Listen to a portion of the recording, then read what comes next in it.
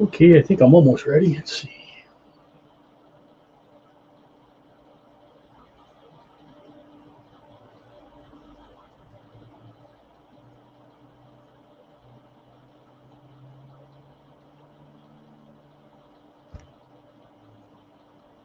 So today I'm going to give some love to BBC America's The Watch.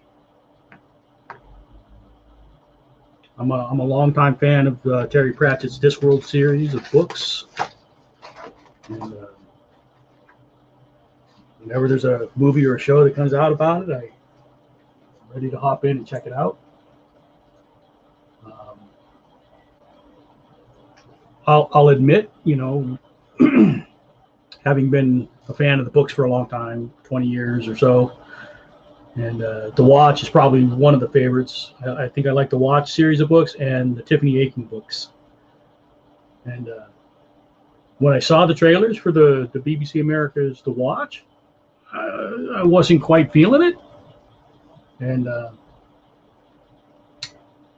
but I have to say I've really enjoyed the show. It's not Sir Terry Pratchett's Discworld to me, but it still works. And there's enough of the spirit of the characters there that I can get into it. I'm going to throw the link in if anybody wants to join me in StreamYard. That's in the comments. Should be popping up there. I did some preliminary sketches so that you wouldn't have to watch me do the full sketch part, but I'll ink and stuff like that on camera. And yeah, we just love to talk to anybody that you guys want to chat about Terry Pratchett's Discworld. This is the time to do it. If you want to talk about BBC's The Watch, this is the time to do it. Now, if you just want to rant and rave about how crappy it is, yeah, probably not your guy. I mean, I recognize, if you're a hardcore fan of Pratchett, and you've got like books memorized, the lines memorized, the quotes memorized, and you've got a gallery of Paul Kidby's work from the Discworld covers, I can see why this show would rub you the wrong way. I absolutely get it. But for me, it works. So that's where I'm at. Now, if you're watching, comment, say hi so I know you're there. And I'm going to start off with the main character, Sam Vimes. If you have a particular character you'd like to see, I do have preliminary sketches started up for a few, so I may already have it roughed out. If it's not one that I have roughed out, then maybe I can look up reference real quick and do it. I think the only main character I don't have sketched out well. Let's see, main character. I didn't do a Wance, I didn't do a Carcer, and I didn't do a Detritus.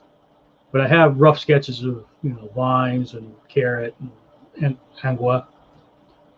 Still trying to get my head around that because when I read the books, I never heard the name, so I always said it in my head as Angua. So get used to that. I do have a sketch of Alice, Sybil, Carrot, and somebody on Facebook requested to try drawing a watch version of Nobby, and I asked for a suggestion on who they would cast, and then they gave me Rob Schneider. So I do have a sketch of Rob Schneider that I can turn into Nobby Nobbs, hopefully in the vein of the Discworld. But with that said, we'll go ahead and get started, and we'll talk about stuff. Now, actually, let me bring up some artwork real quick. I'll share a different screen.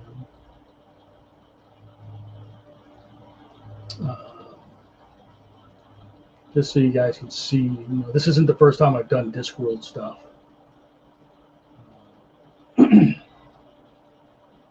Uh-oh, we have application. Hold on a second.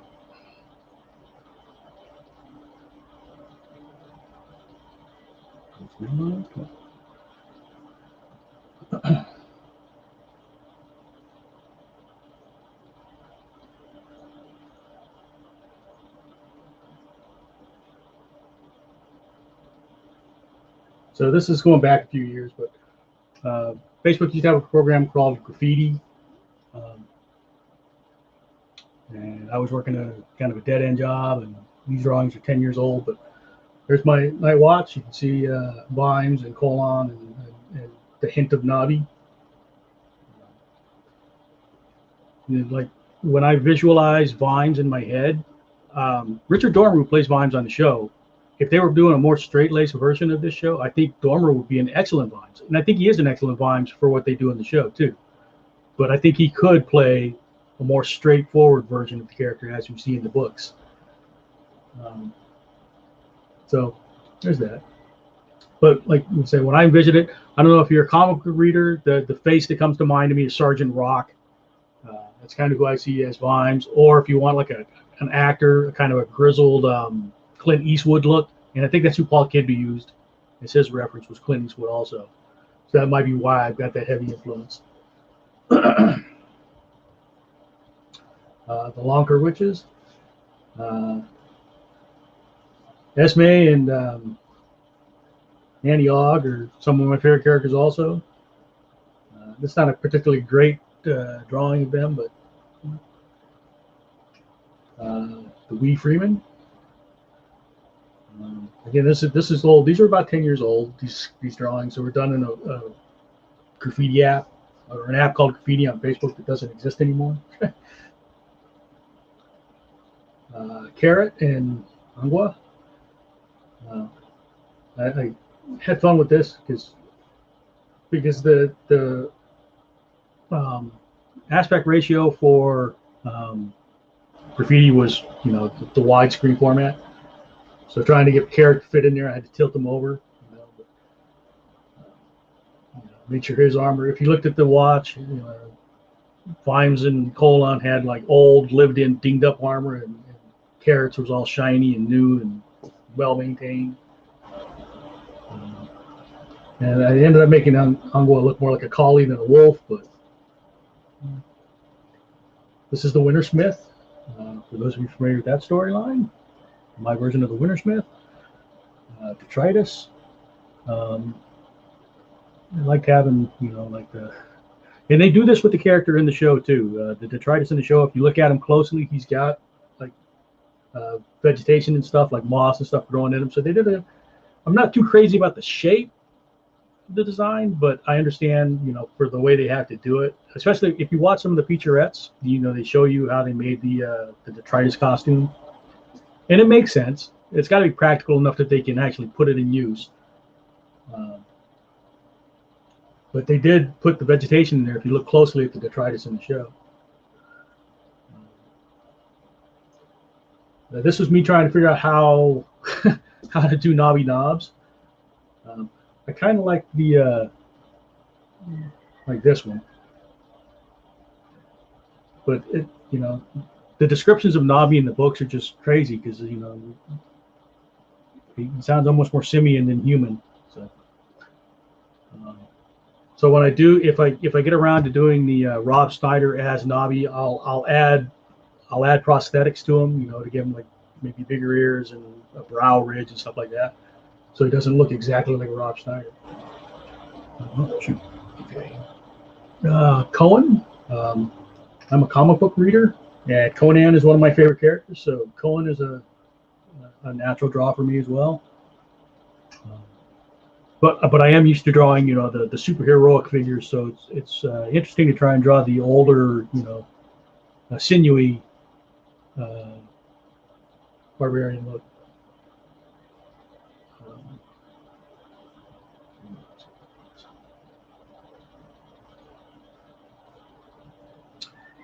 And then I've done, Vetinari a couple times. My Vetinari is very similar to my Doctor Strange. If I draw Doctor Strange, the comic book character, him and Vetinari look quite a bit alike to me.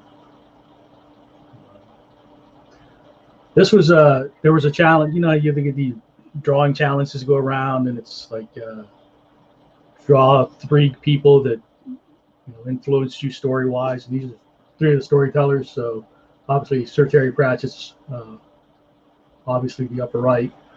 The other 2 are George Perez, who's a comic book artist and writer, and Jim C. Hines, who I feel is kind of in the vein of Sir Terry Pratchett and is kind of offbeat science fiction and fantasy.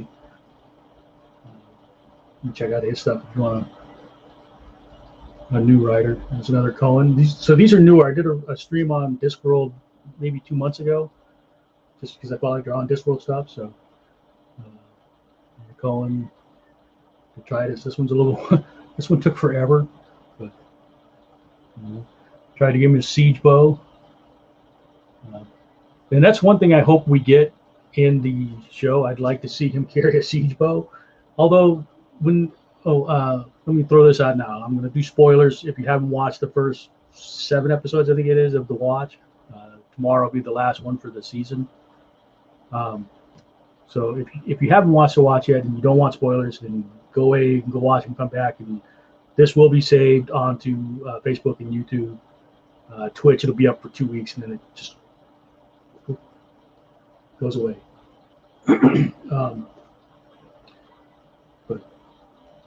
So in episode 2, when they killed off Detritus, I was a little bit gutted. Even though I'm not crazy about the visual design of the character, he's a great character. And I was glad to see that they brought him back in the latest episodes. So there's a chance we may get the Detritus from another dimension back in the show. Randy Weatheraxe. I particularly like this one. He's got that very stern look. I've always liked Randy Weatheraxe. And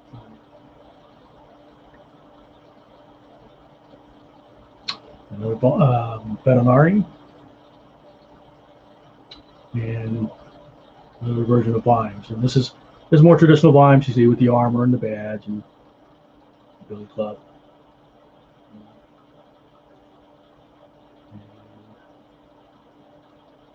I don't know which Knack McFeagle this is, but it's hard to do the Knack McFeagle because the blue is actually tattoos, but I can't draw that many little blue tattoos, so you just end up making the skin blue. So it's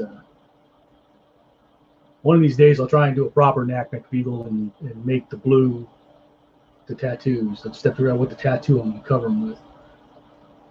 Let me bring back up the camera.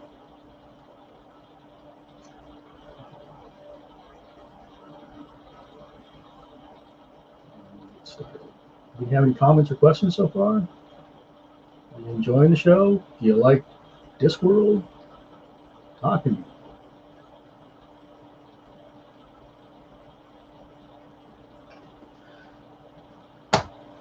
Now, the one thing I'm watching the show, I feel they're actually doing Vimes pretty well. Although he's a little more cartoony or caricature-y, the way Dormer's playing him.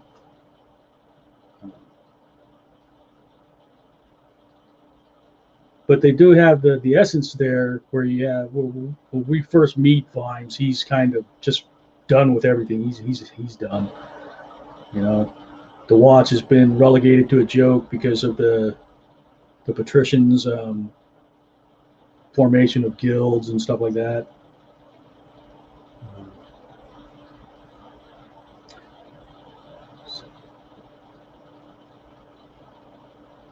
So he's a what do we call a copper? He's a good copper, but the job is kind of passed him by because he legalized crime.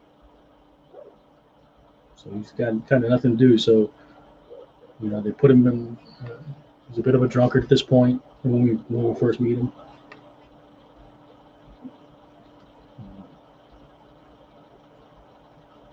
And I think they kind of got that stuff down pretty well. One interesting thing, I don't know if you've ever seen Richard Dormer in interviews and stuff, compared to how he looks in the show.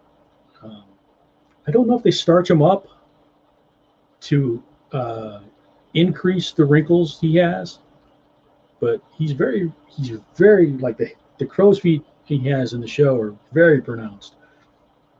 And when you see Richard Dormer in interviews and stuff or in other roles, he's not quite so wrinkly.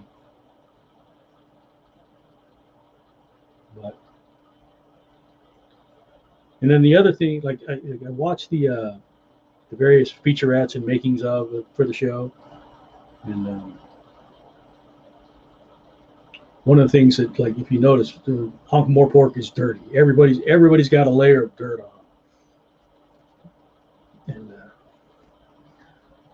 so that might be another thing why the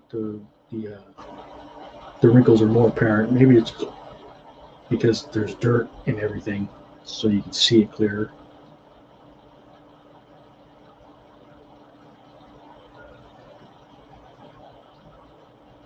Anybody wants to talk to me?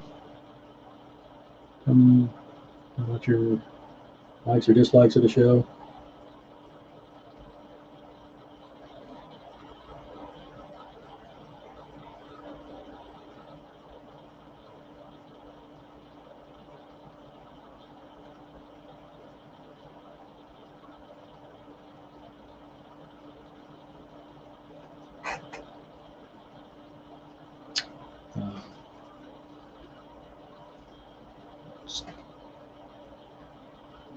Yeah, so Vimes has got, like I said, you could see hints of Terry Pratchett's character in there when we meet him and how he's kind of broken. And I think they may have gone a little far over a bit, but like I said, within the world of the show, I think it works.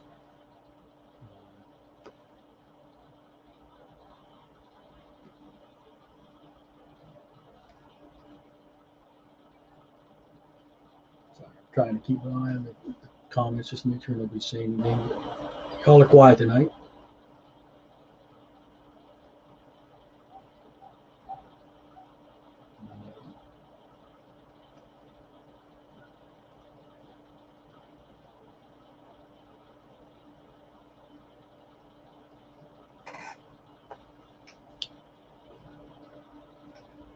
So we're going to see.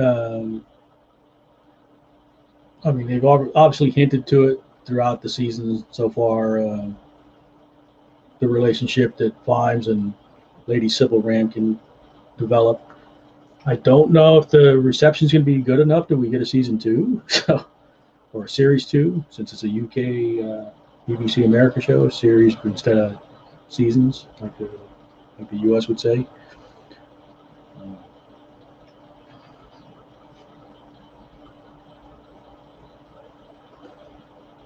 But I hope they do. So, and like I said, I was one of those people. I watched the trailers and I wasn't feeling it, but I've been impressed with what they've done.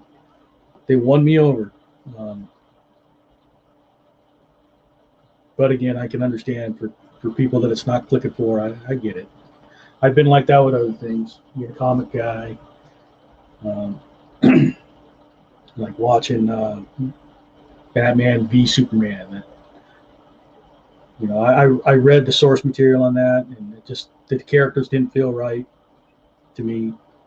So I get it when people don't like a show because it doesn't feel like their version of the characters in their head. I get it.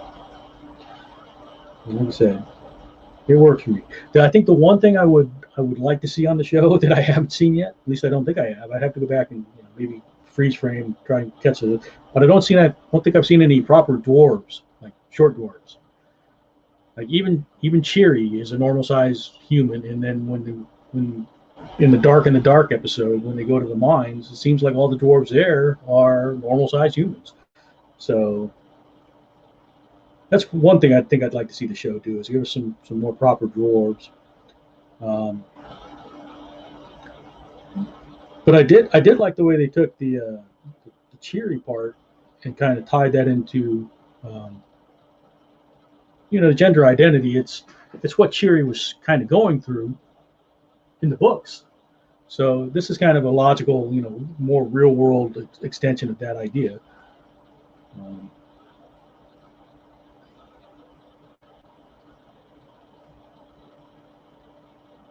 So I think, like I said, I think that's why some of the things work for me.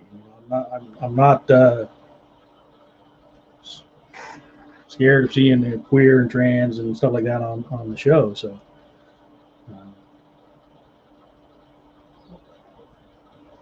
it's not bugging me like it might some others. Yeah, I'm getting a pretty grizzled looking Vimes. But, I'll use the markers to add in some dirt and stuff. I think. Said he's got to look dirty. And that's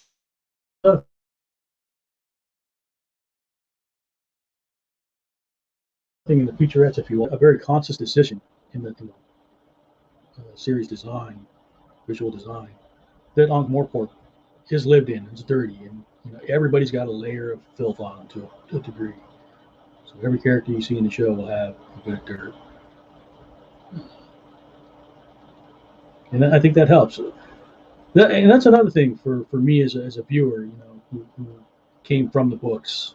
I see a lot of viewers that haven't read the books and they're enjoying the show, and I see a lot of viewers that have read the books that aren't quite feeling it. But if you watch the featurettes and the behind the scenes stuff, I think it really adds a lot when you think about, they did think about the characters in the show and the world. They didn't just, say we're gonna do everything different than Terry would have done. It wasn't. I don't think it was simply as simple as that. Um, Now, obviously, I think the estate may be having some issues with the show, and again, I get it. It's unfortunate, but I get it.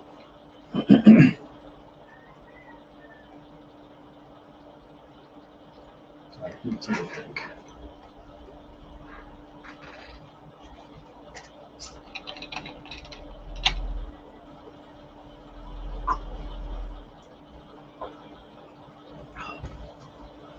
I haven't talked to anybody in so long, my voice isn't used to it anymore. Even at work, I only see a few customers each day. Just the nature of my work, but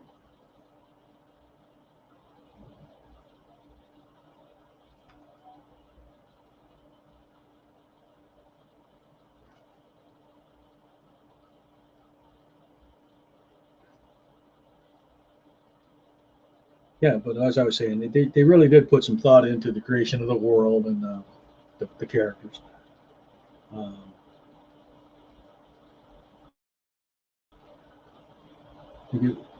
as far as comparing the characters of the books, I think Vimes, even though he's a bit far left, a bit farther out than the character in the books, I think he's probably the most recognizable right off the bat to me. Um, Carrot Iron Founderson, he's the actor that plays him. Oh, in fact, let me make sure. I do have the cast list up, so if I need to pull up a name. Who plays Carrot? Adam Hugel. He's got he does the kind of country bumpkin thing pretty well. Carrot. Physically, he's not what I would envision Carrot to be, because the whole nickname behind it was, he was kind of that Dorito shaped human, kind of triangle. And Adam Hugel, while being in fine shape, isn't quite that.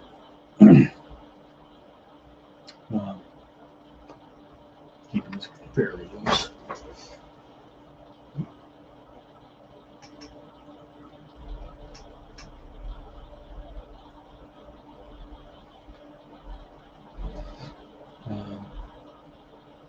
So he is recognizable.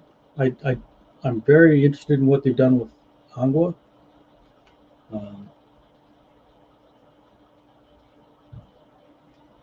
I think they've actually given her more background than I think you get in the books a little bit, at least in that one episode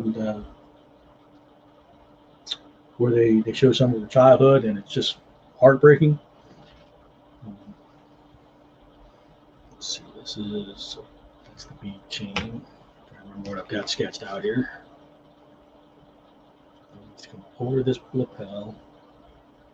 So I can just draw a bunch of beads linked up.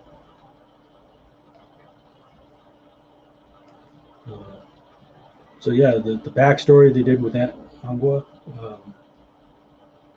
very well done.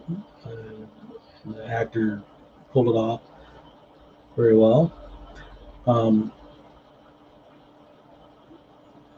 Now, I don't know why we don't have some of the original Night Watch characters. Like, I don't know why there's not a Nabi or a Colon. But I don't know if we're going to get them later, or they're just not going to use them at all, or maybe the ensemble was already too big. I'm not sure what the reasoning was for not having them as characters, but it seems weird. But we'll see. Hey, there's the watch. Hi, the watch. How are you guys doing? You want to come in and talk or talk about your show? I can give you the link if you want. But so I've got a couple of people sketched out to draw. I guess I can tease what I've got sketched out. And then if you got a particular character you'd like to see, Carrot. This is going to be interesting if I get around to this. This is somebody wanted to see what my take on a knobs would be in the BBC versions of the watch, and they cast Rob Schneider, so we'll see if I get around to that. And then Sybil kind of gave her the Daenerys treatment with the dragon on her shoulder. And of course, we got to have Cheery in full regalia there. That's from The Dark in the Dark. And she finally masters her power there. Alice Band kind of made it a little more cartoony than the actors actually was.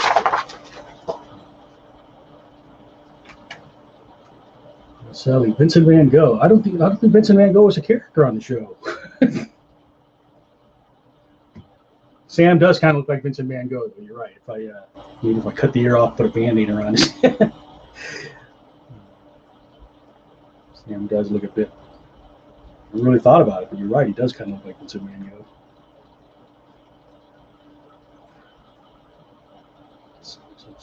Gogh. That shirt there. He's got scarf.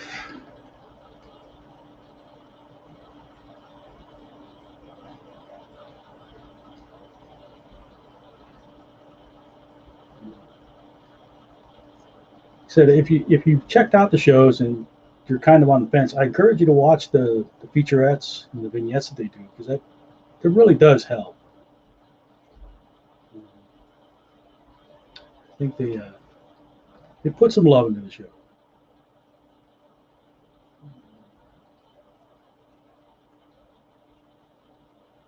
I hope they get a series too. We'll see.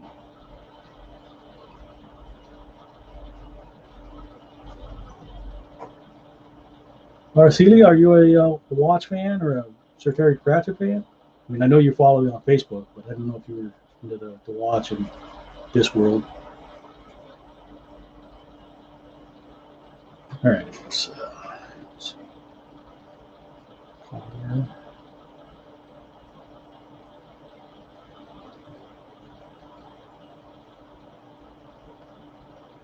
going to be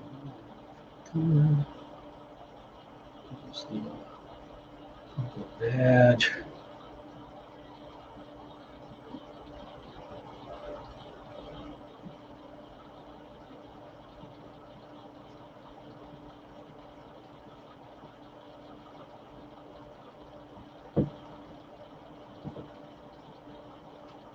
We'll have music playing today, so.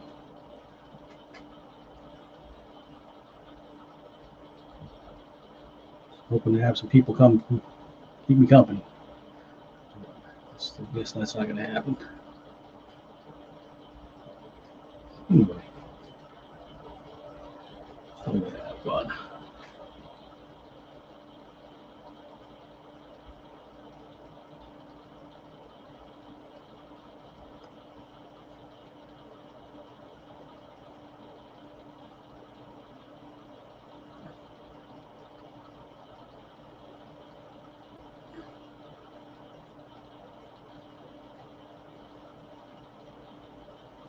Cool to have the media folks from the show actually swing by for a minute.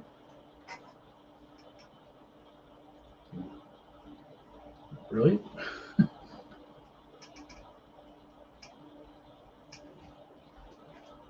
All right, let's throw some shading color on this. Let's see if that helps it.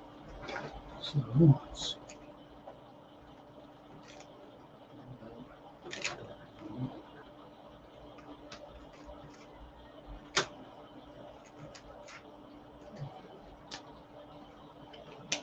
erase out some of the pencil so I don't mess up my markers too much.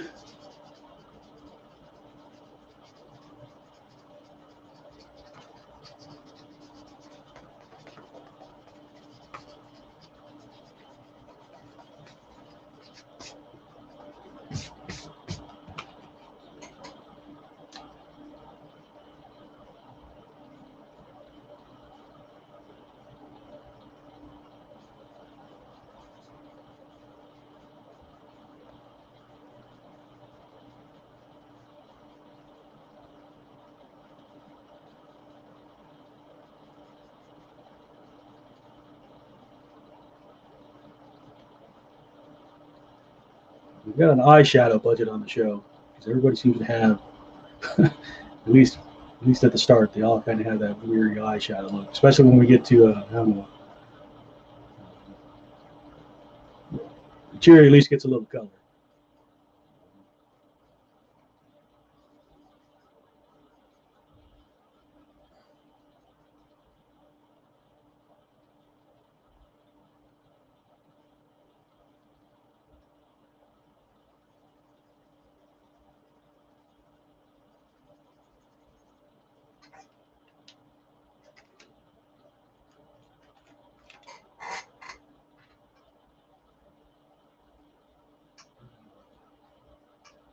Shot everybody. I'm a dirty blonde.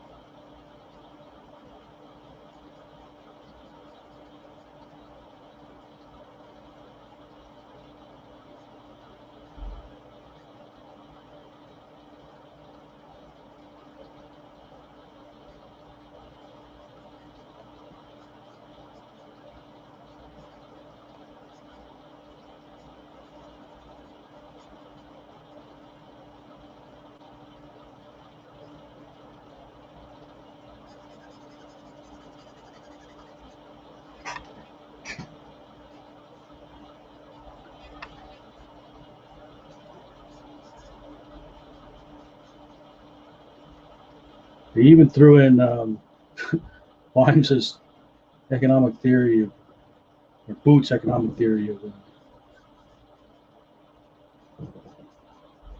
how the rich stay rich and the poor stay poor. That one might be a little bit forced, but it was cool to get it in there. We had Lady Sybil actually make the connection that Wimes's theory.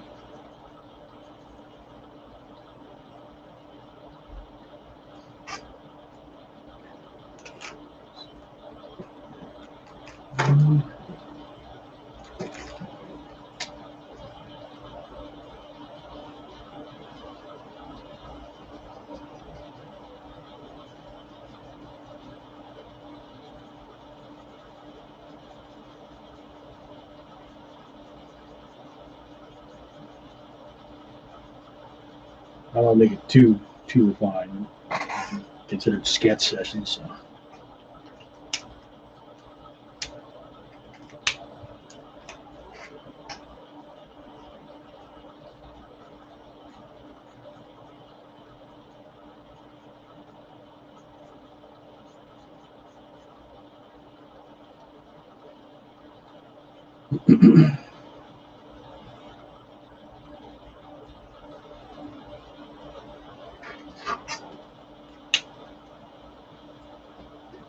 Reference.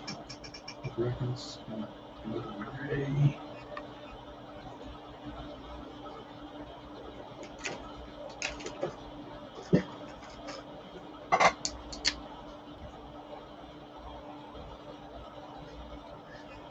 Wanted to get some cool jacket to wear at the show. A trench coat kind of thing.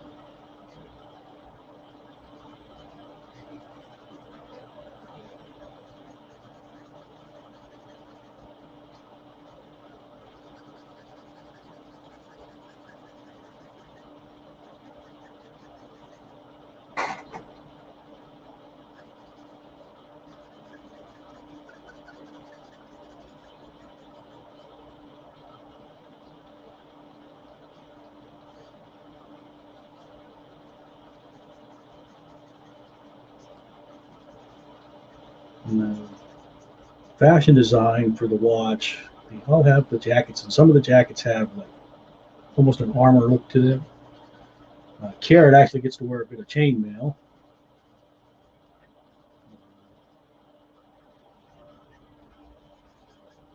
Angua's vest is very reminiscent of like body armor on regular police.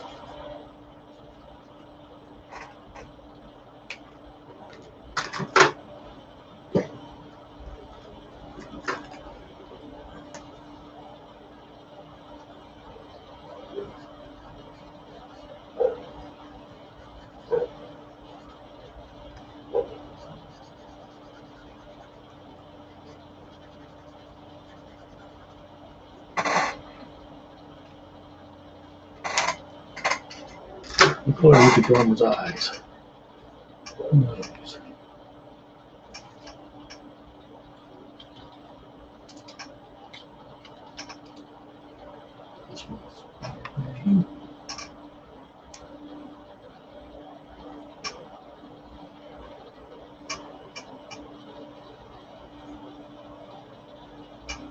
With a blue, almost blue gray.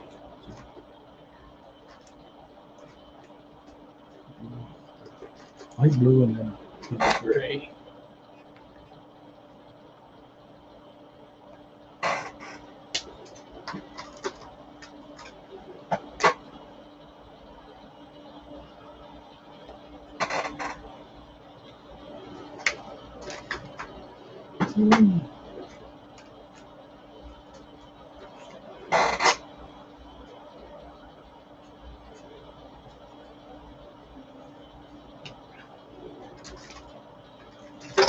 I'm just going in with the warm.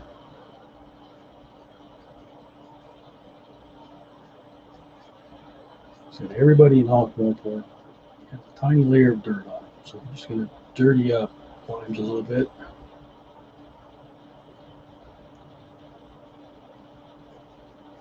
Give it a lived-in look with the warm gray.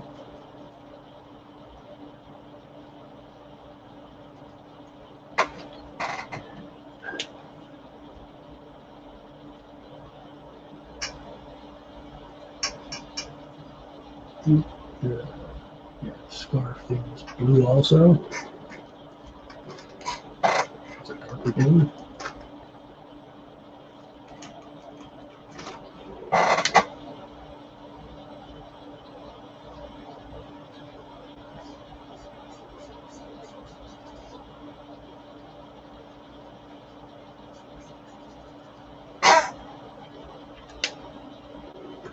And we'll rack this up with some white, some highlights, just to help make the character pop a little bit off the paper.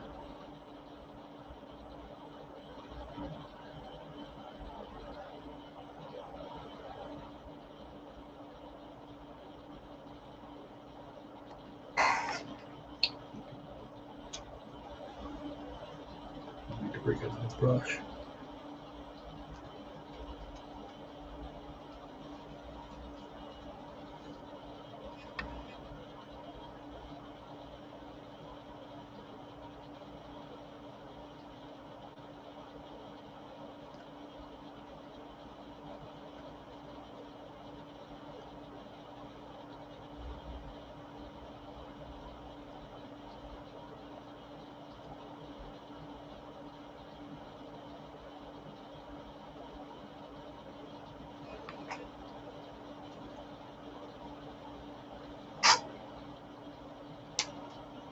Okay, so the next character I have is what happened?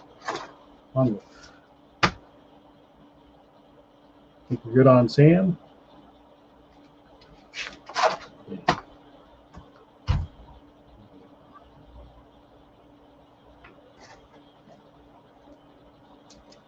I said, the way the show has handled her so far has been pretty cool. So I really did like the way they gave her the backstory with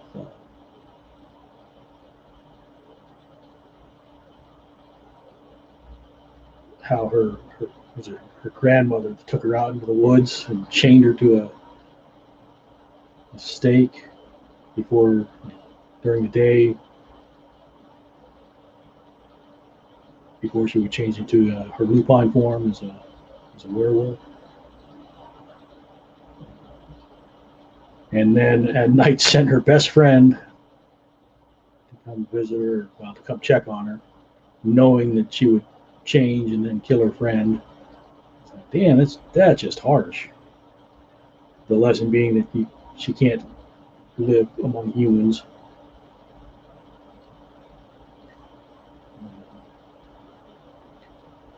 That one, that scene was brutal, in my opinion.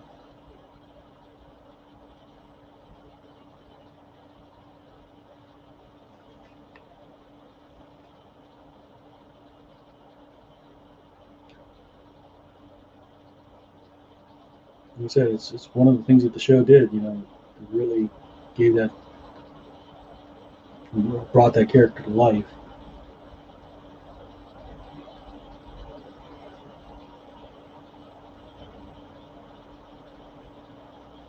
So you understand why she's reluctant to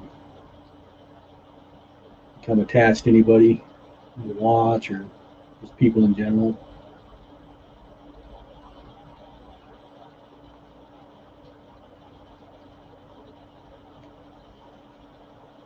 I think this reference is from when she was shooting the pigeons in the watch house. And that's another one on, if you watch the making up featurettes, that's another one. It's a cool thing. I didn't realize that watch house is an entirely custom built set. It looked like a warehouse that had been repurposed or something to me. When you watch the featurette, you see that they built that from scratch. The interior, anyway. Well, actually, the exterior too.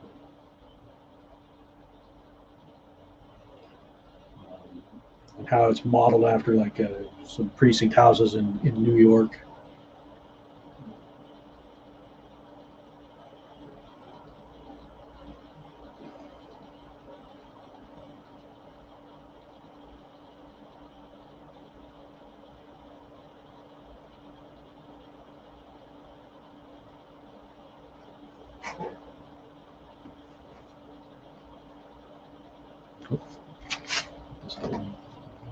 You see that the can of paper is kind of thin, so the markers will bleed. So that's not before I forget.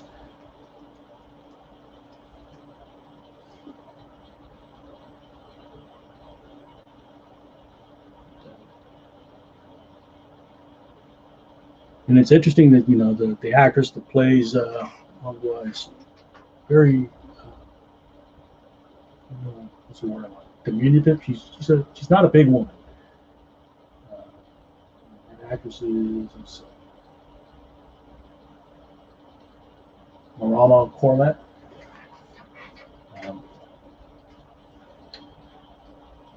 She's not the kind of character you would typically see cast in or kind of actress you would typically see cast in a badass, scruffy, scrappy role. But she does a great job at it. Let's see, she's got multiple piercings if I recall correctly. I'll just put some.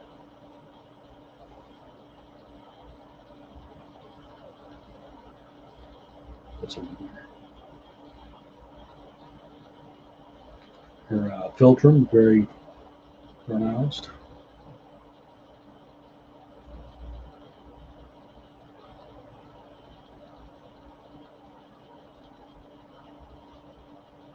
I'm kind of drawn to these kind of characters, I like to see the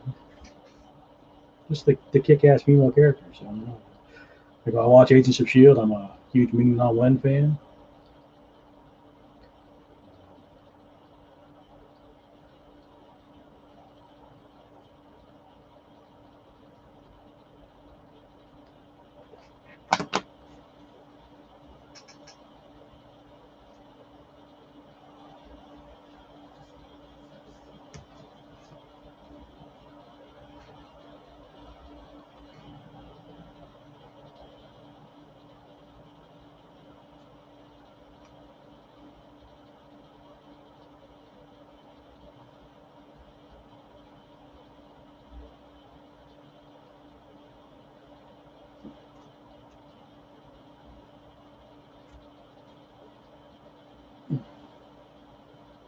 Her hair should be fun because they mousse it or whatever, and then just like spike it up whichever way they feel like. So it's not not consistent from scene to scene.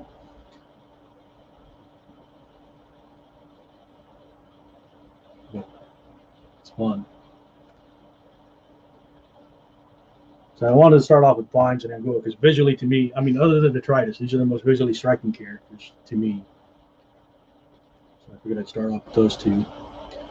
And as we go in, although civil, depending on what she's wearing, she can be very dynamic too. We've given her quite the wardrobe.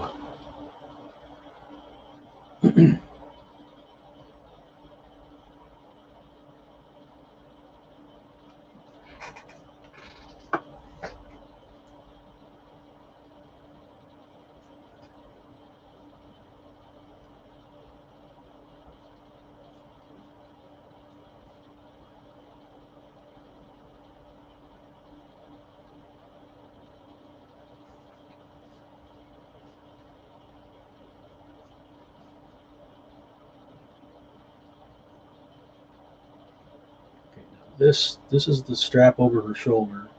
And like I said, her costume is very reminiscent of like the bulletproof vest body armor that cops would actually wear, but it's not as thick from what I can see.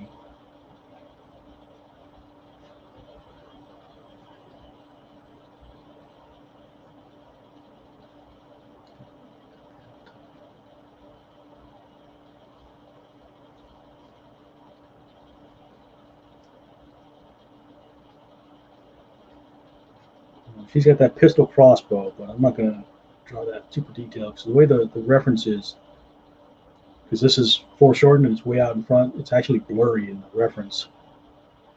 So I'll just kind of give a hint of the bow.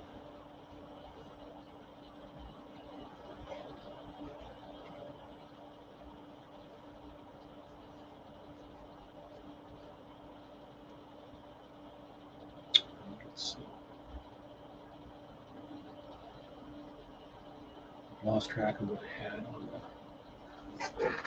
reference. Let me see if I can make out an arm. Nope, it's got a coat.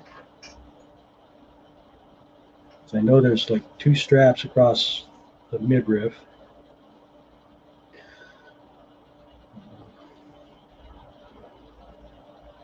Yeah, which is weird, I guess. This again is the badge down here. The Ankh.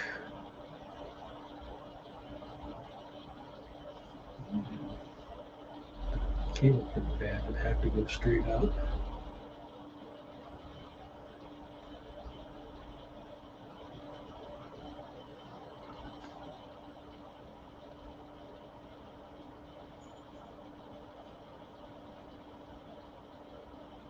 Hint of that over here.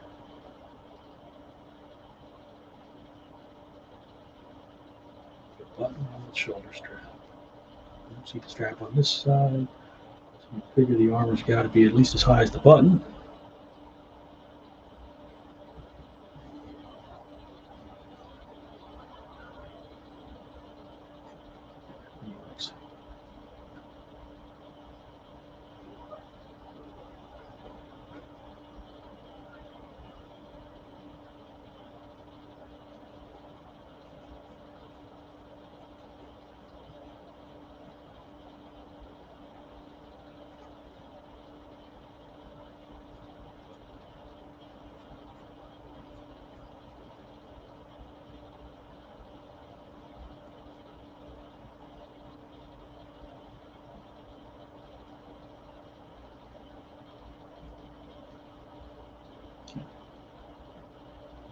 Strap.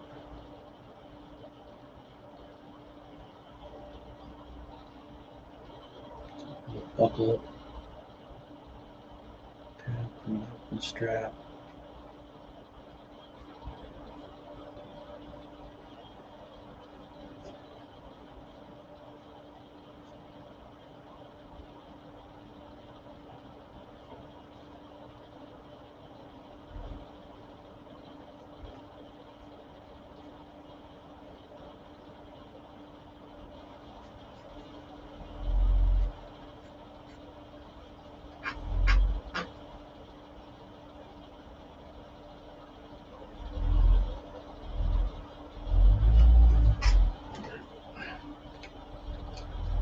do with that.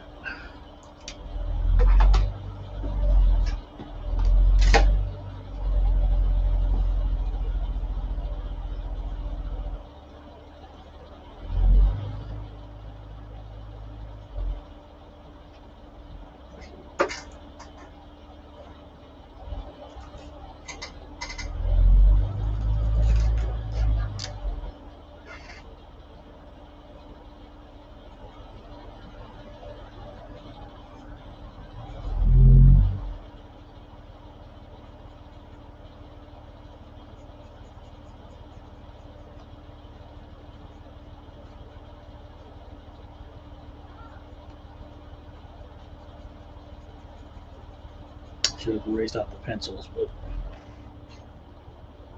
I'm sure I'll wipe off the nib.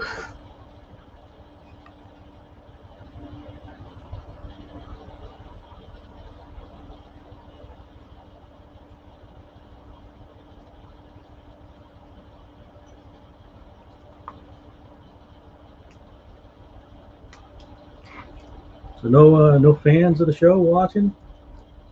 Tell me what you like about it, what you want to talk about.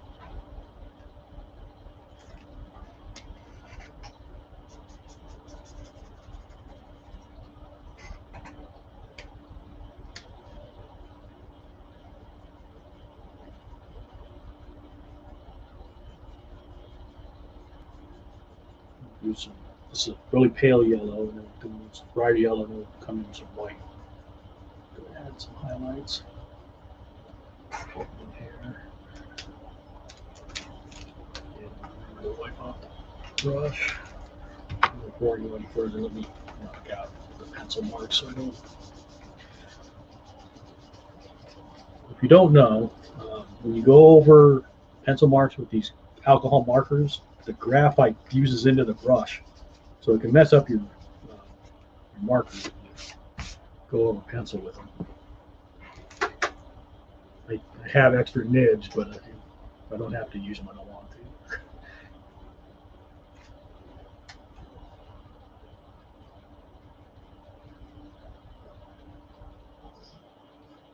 Put some shadow on the hair to give it some shape.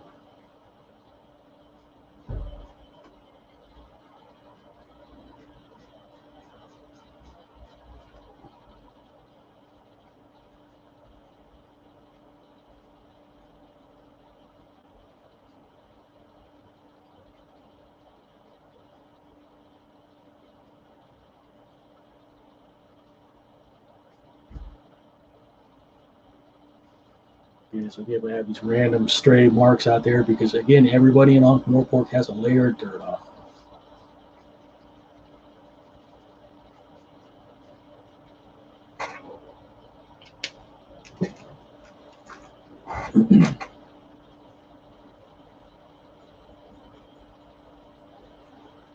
If you're just joining me, then I'm drawing Sergeant Angua. To watch. I do have a couple other characters sketched out that I can work on during the stream. If you have a character you'd like to see, let me know. I can give it a shot. If you'd like to talk about the show, company's always welcome. Come on the stream with me. Let's see. I'll do Reaper Gray. Darken in these shadows. She wears like really heavy.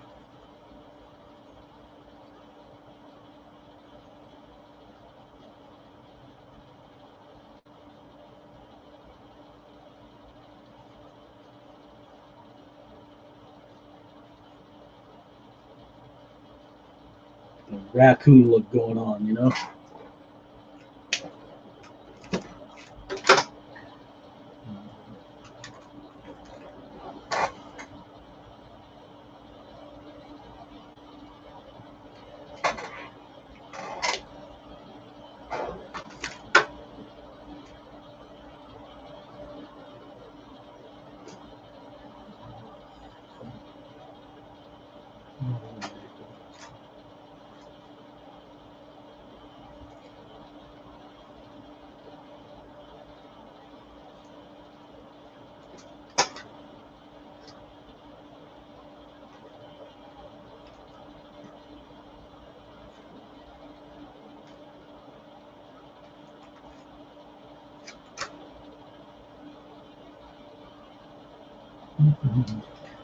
It's really compelling streaming, huh? Watch me try to find a marker that I misplaced.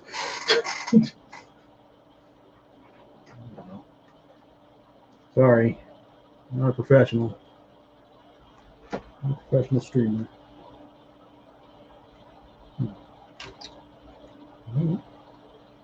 Shoot. G. See how that looks.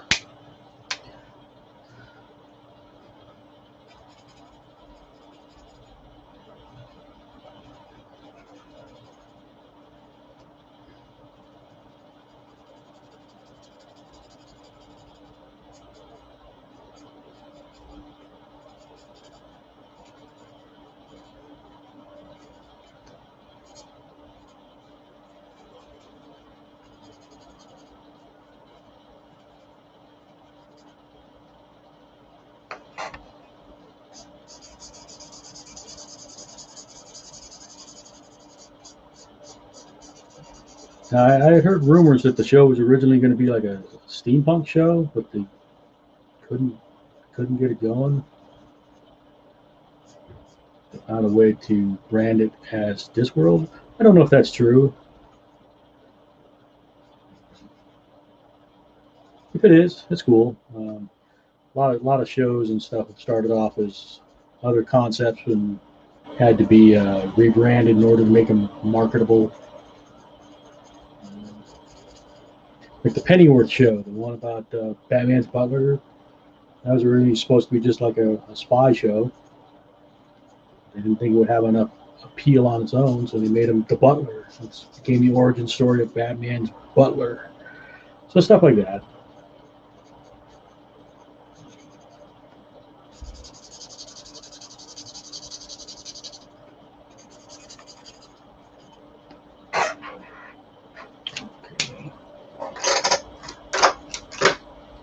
Body armor should be gray.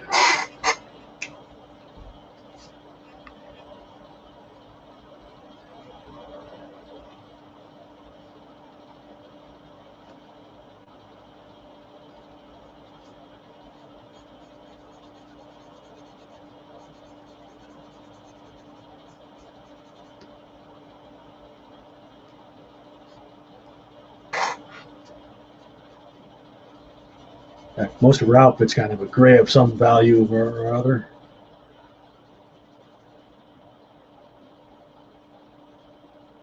Very, what's the term? Emo, kind of? Which is an interesting take on the character.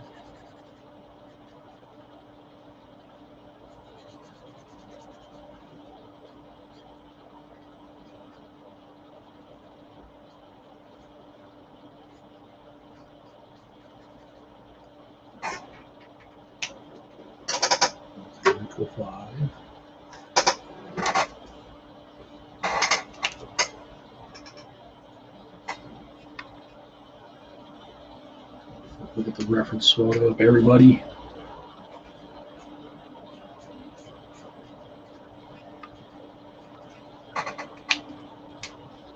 Use the gray for. Oop. Great, it's just about dead. C4. Put the C5 and see if the C5 got more juice in it.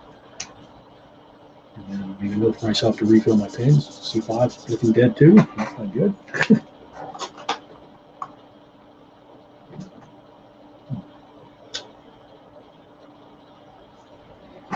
And then for ultra gray looks like it's got some juice.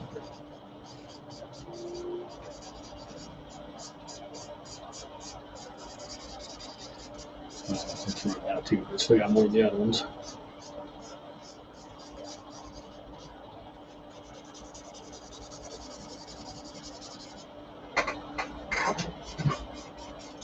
I guess I could take a minute, throw some ink in some of those pens.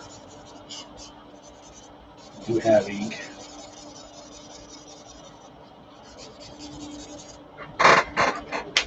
Let's see.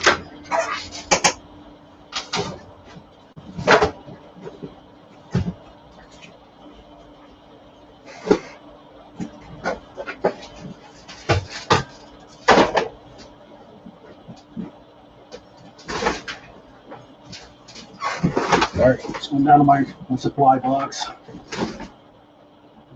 C4s.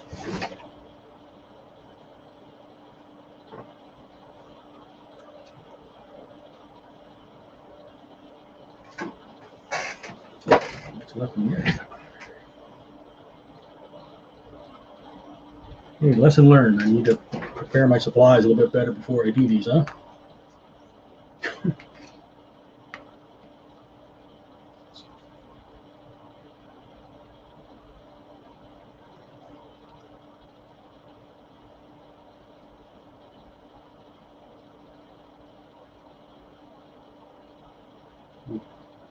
C4s, but then the resupply bottle's empty. Another one.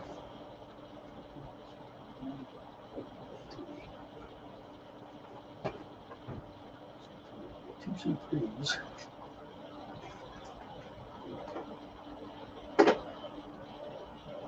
Okay. Fresh C4 that hasn't even been opened.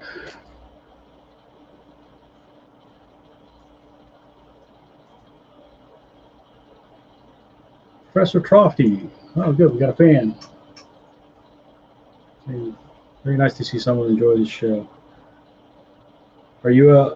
Did you read the books, Professor, before you watch the show, or are you coming in fresh?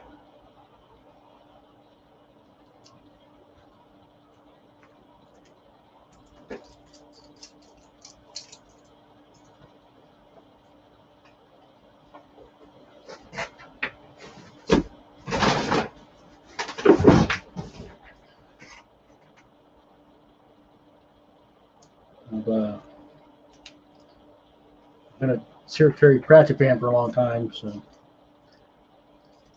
excited to get a show. Show's not quite what I was expecting, but would have wanted, but it works. It works for me. Kind of grown to really like it.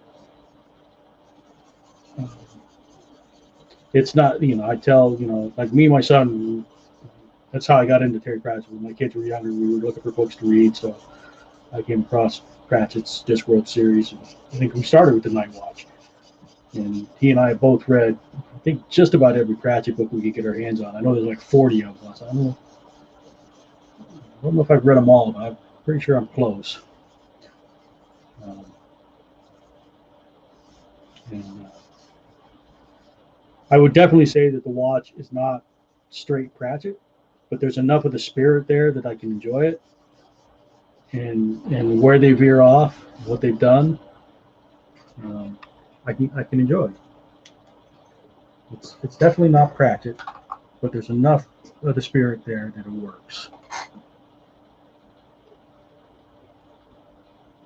Professor says they're coming in fresh.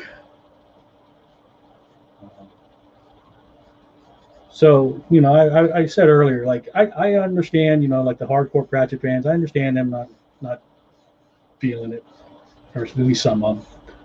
I mean, when I watched the trailers, I wasn't sure about it, but I've always been like, well, I'll give it a chance. And, there are certain things that still bug a little bit, but the show's won me over.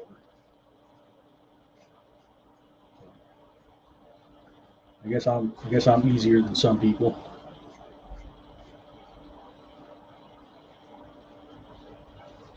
Do you have a favorite character, Professor?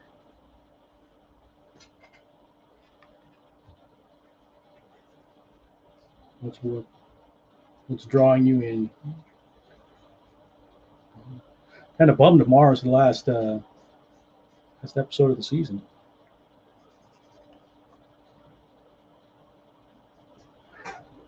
All right.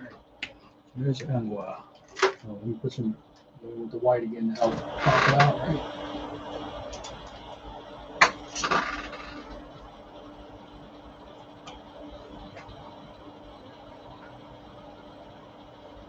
Keeping it upside down. Got some paint on the brush. That's good.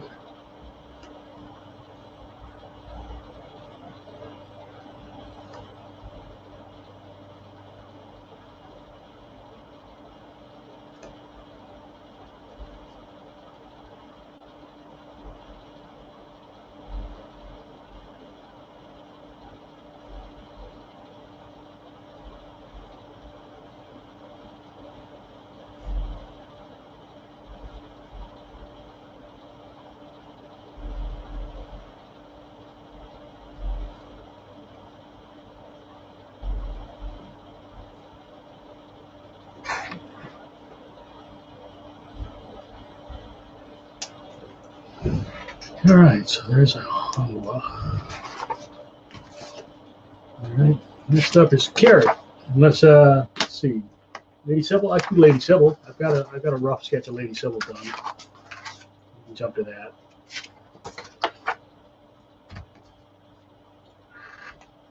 So, and she's one of the characters, you know, certainly in physical appearance, she's far out from what the books are. Draw the dragon first. This isn't a dragon that's in the show. I just made him up. But, so I'm hoping that, you know, we get some of that in the show. I mean, obviously we've seen Good Boy Errol, but hopefully we'll get to see some other dragons because she's got a bunch, or at least in the book she does.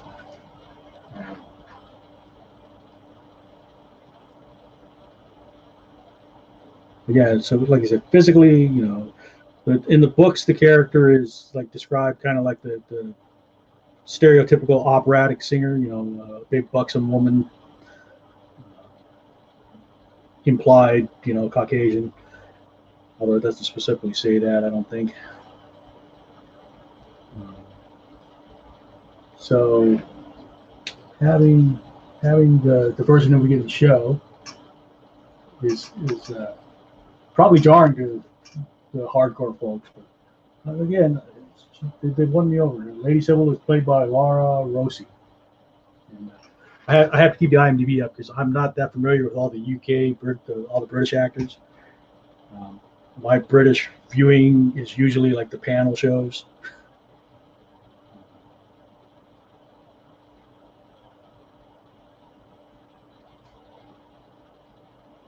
So like when I people do fan castings, it's like, well, I don't know a lot of British actors. So like Vimes would, like, I think Hugh Dennis would make a good Vine, but he's a comedic actor, so I don't know. Have you seen other stuff with Laura Rossi in it? I'm not that familiar with it.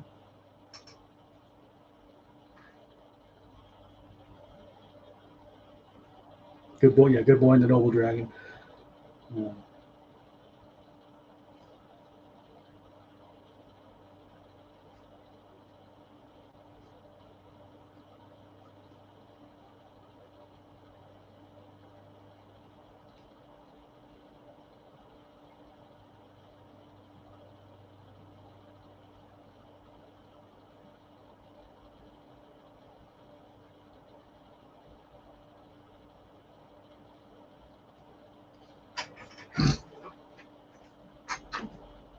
But yeah, so what Laura has done with the character has been very fun to watch. Spikes.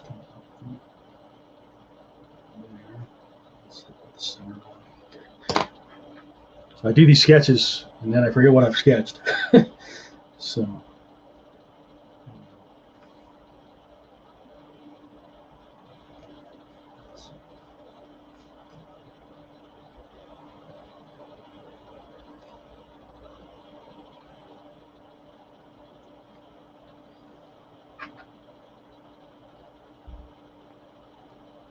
No worries, Professor. He hasn't watched much with Laura in it either. Laura. I'm not sure if I'm even saying her name right. But yeah, she's done a great part with Lady Sybil of Life, and she does have the kind of activism that the book readers might be familiar with. She's not quite the socialite, even though she is rich. In the book, the Lady Sybil's a socialite, but kind of has a forced necessity, kind of, not that she likes being a socialite. It's just kind of the power dynamic of being wealthy, I think.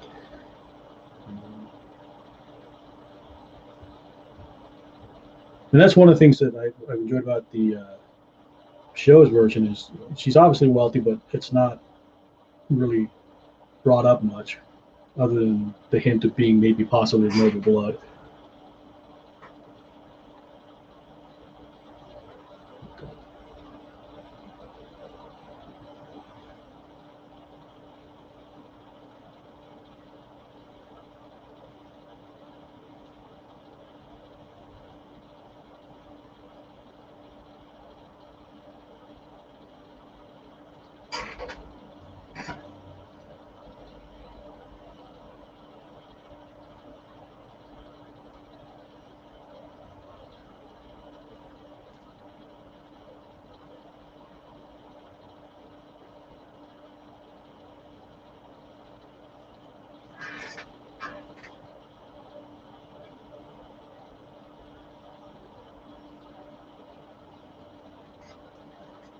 See, Pressure says, I feel like I really do enjoy a lot of the comedy in the show, and like at the end of the third episode, I believe it was when the assassins were going to kill them, and it all stops because they continue on next comment. Say they are members of Musicians Guild. Now that is one of the things. As a book reader coming into this, I have to wrap my head around because I'm not sure where the musical aspects come in. It's like the show writers really wanted to make a musical. It feels like, but again, it works within the confines of what they're making.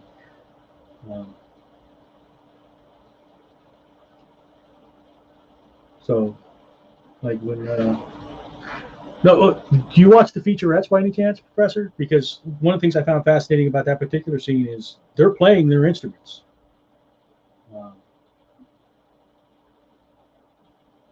So I was pretty impressed by that. I guess Dormer plays guitar already, and Hugel, the one that plays the drums. The one that plays Cheery sings. So the only one that really had to kind of learn to play for the scene was the one that plays Angua.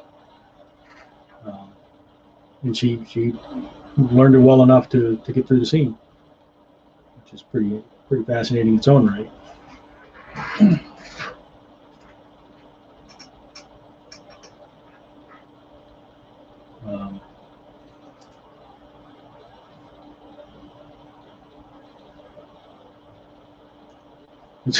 And you know, when they take shots at Lady Sybil for her scene, you know, when they revoked the guild membership, that was cute.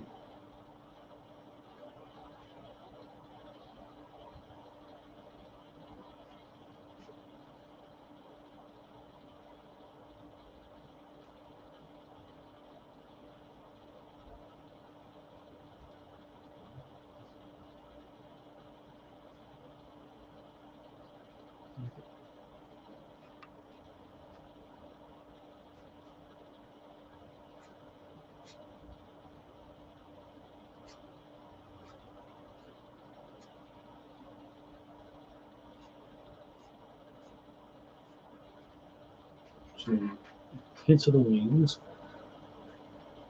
And then Lady Sybil gets lots of hair pieces. And I like the way they justified it as part of the show because her hair keeps getting singed off by handling dragons.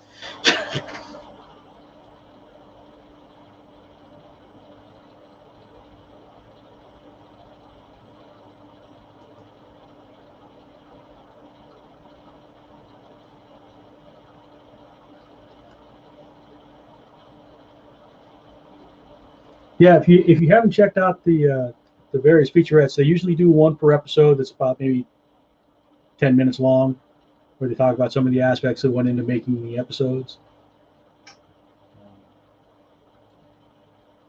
So the one for what the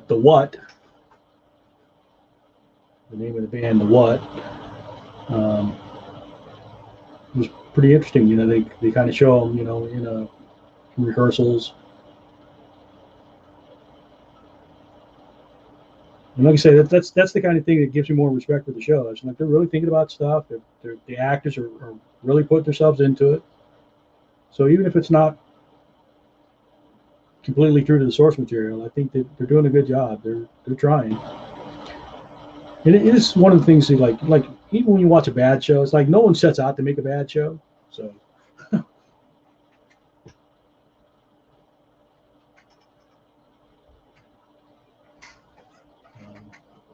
yeah, I hadn't watched a lot of the featurettes, but you know, when I decided that I'd do a stream and draw some of the characters, I figured, oh, let me go check them out real quick. And I'm glad I did. So it really gives you a lot more appreciation for the work they're putting into it.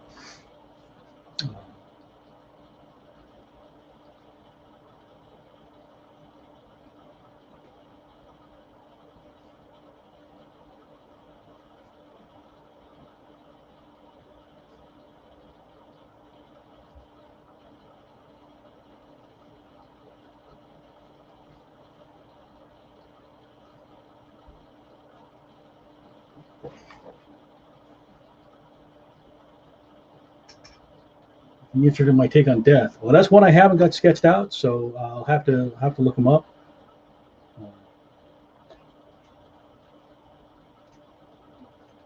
That's another character that's, you know, that I think the purists probably get really upset about, because he's a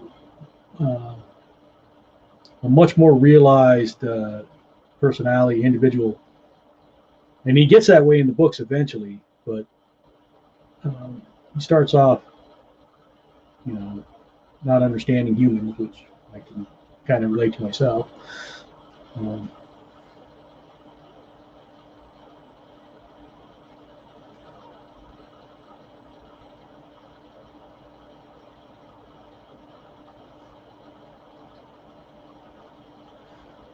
The reference I'm using for Sybil is very dark. It's one of the colored posters, so I can't really make out the details.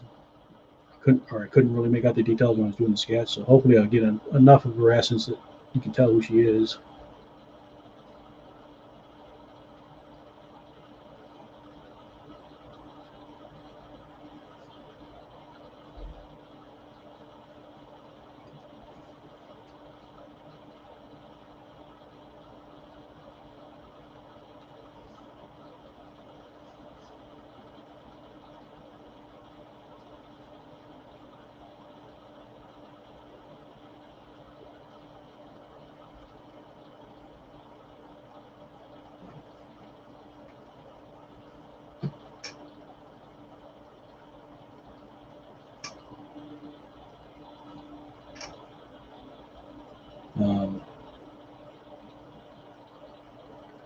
But yeah, death has been interesting on the show.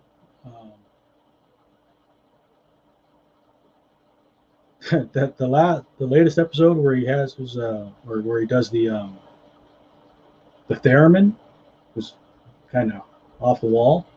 Wasn't prepared for that, but it was last breath, I think the song was.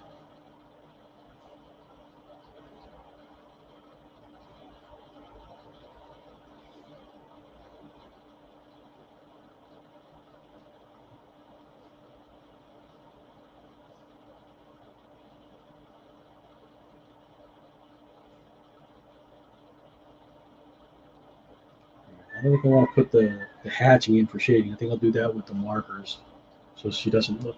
When you start hatching, especially women, when you start hatching, it just kind of ages them.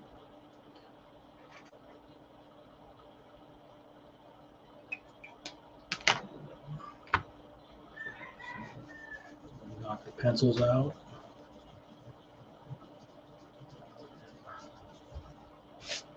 Pull up some reference. So I find that picture again.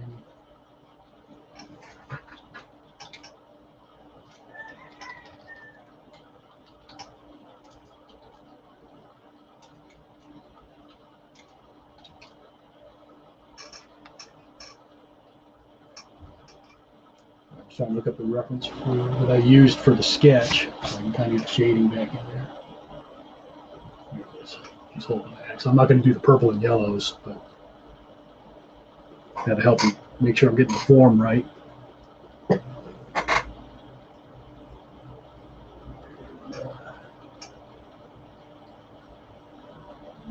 Look at this one for kind of the skin tones.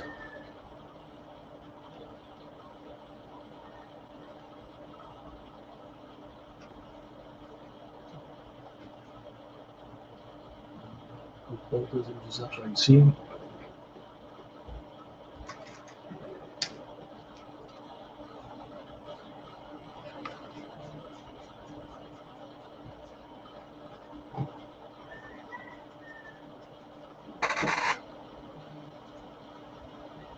Yeah, last rest wants the song. Thanks. Thanks for verifying.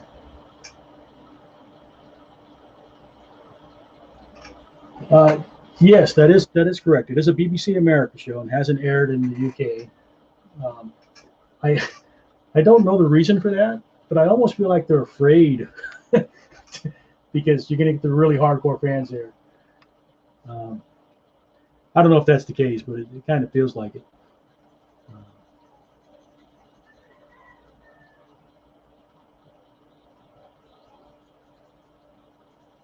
But it is, yeah, it is BBC America. I'm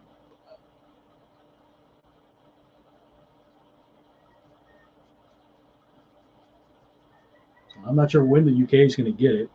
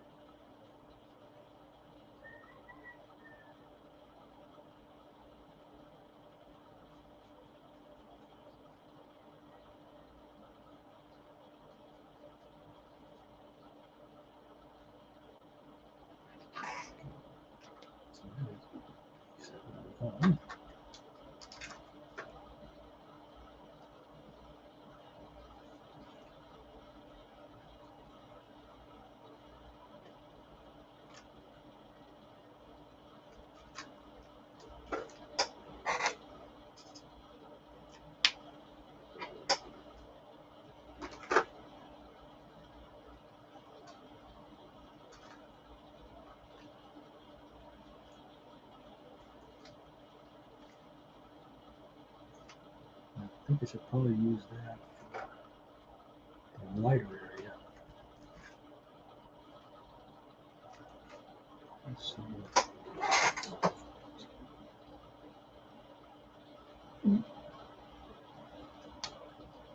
There's too much red in it. So I'm just trying to find a suitable tone for the skin.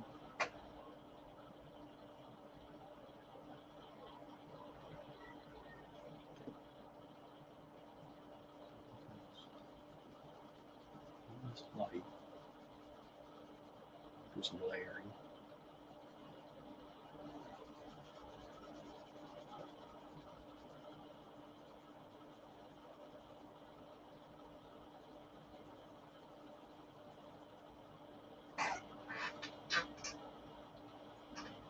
Marker dyeing. Another marker dyeing.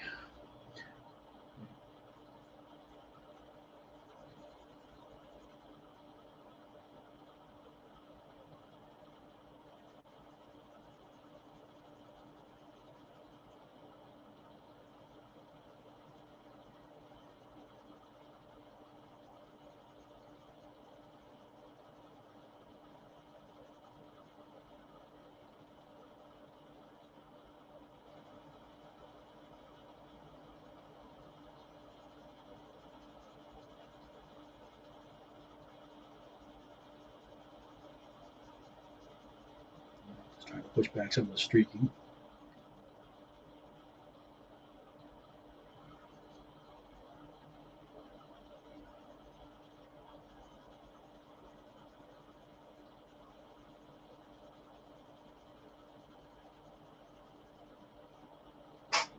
Not panicked yet. I can make this work.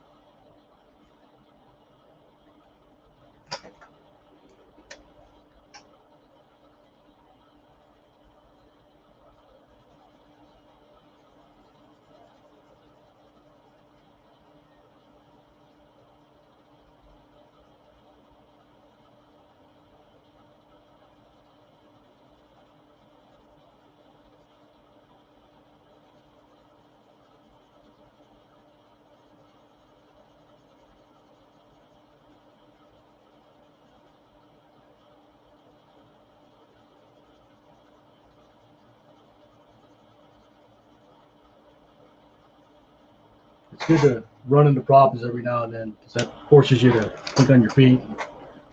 I do conventions every well, back when we had conventions, I used to do conventions, and you can't walk away from a problem. So you just have to deal with it.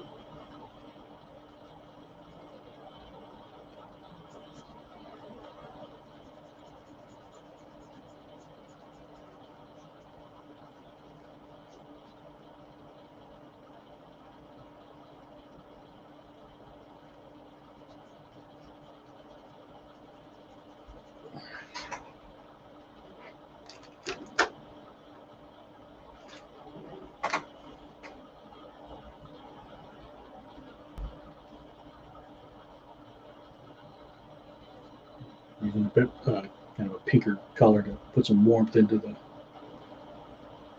flash a bit.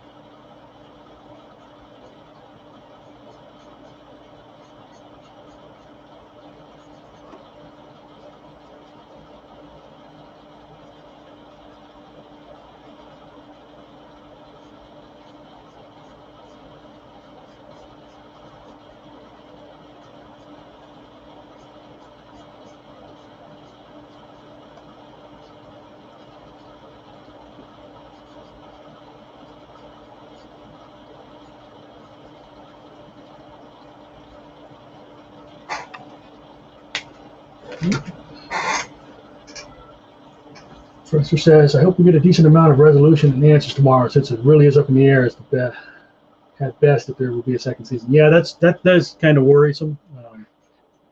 I'm right there with you. I don't know how the reception is going to. I don't know if the reception has been strong enough for it to get another season. It seems one of those contentious shows. People either really love it or really hate it, which is a shame because I'm kind of in the love it camp.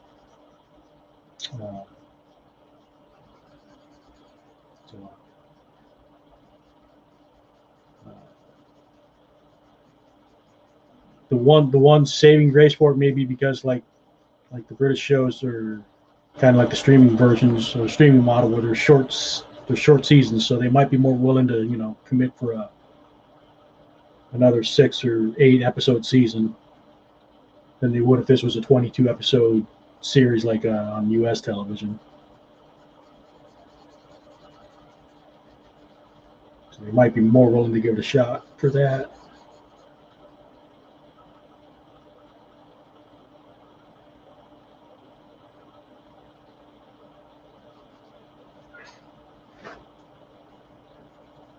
At least Sybil gets some color. Everybody else is wearing some grays and blacks. And, well, her and Cheery get some color.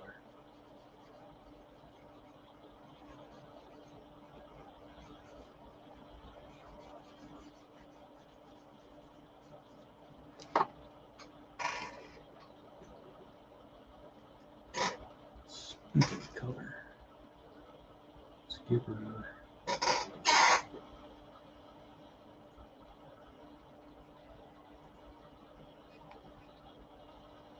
Yeah, I can give her some shadow. Do that with a purple to match her jacket, maybe. Pink.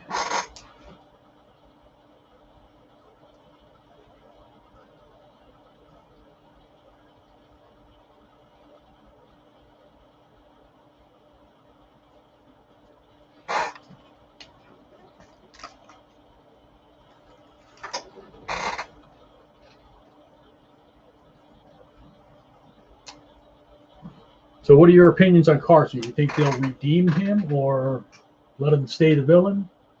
Kill him off?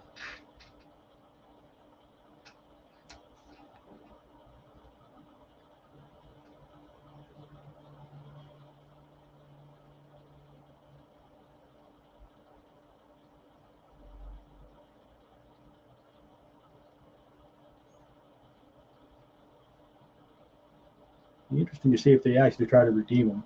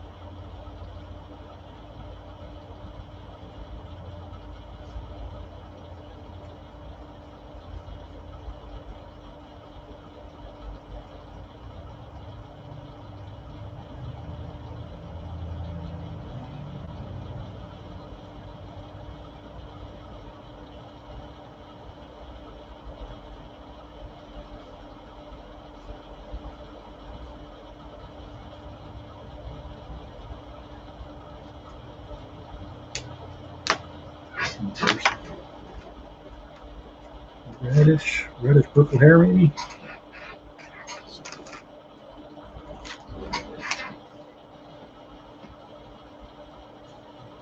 It's going on purple. We'll throw red over the top of it to knock it back a bit.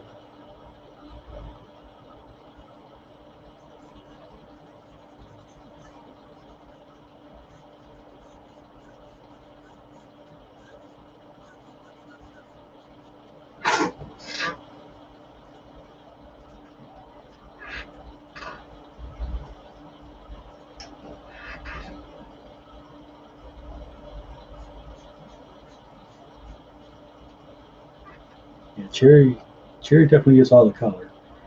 You think they'll you'll think they'll redeem him, huh?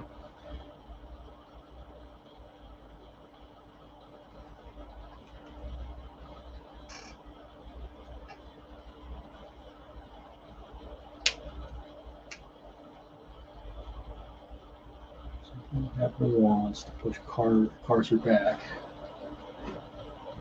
toward redemption. Total guess though. Yeah, that's all we have. Speculation and guessing.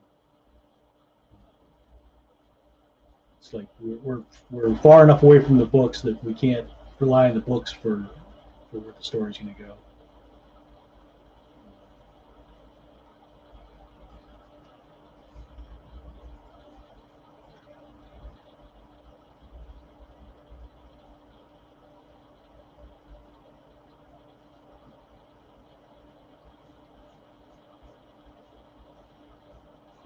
I don't know. I'm wondering about that because in watching the show, I think I'm kind of on the same page as you because I kind of think Wance is more evil than Carcer at this point.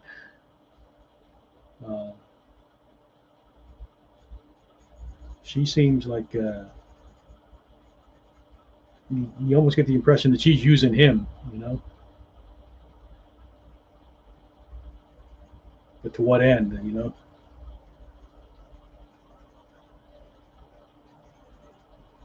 So it'll be interesting to see.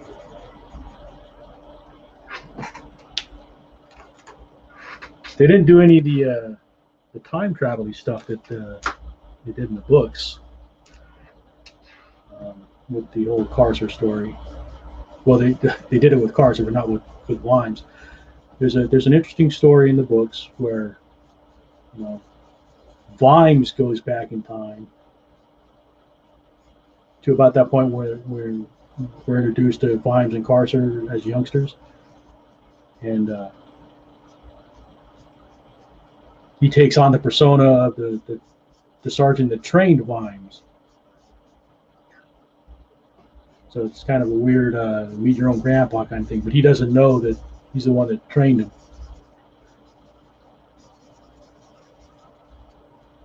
So even the existing Vimes doesn't realize that his old trainer was actually him, a future version of him. So you see how layering that, putting the purple down first, and then the red on top, kind of knocks it back. It makes it not quite one or the other. It's not full purple. It's not full red. Gives it a little depth.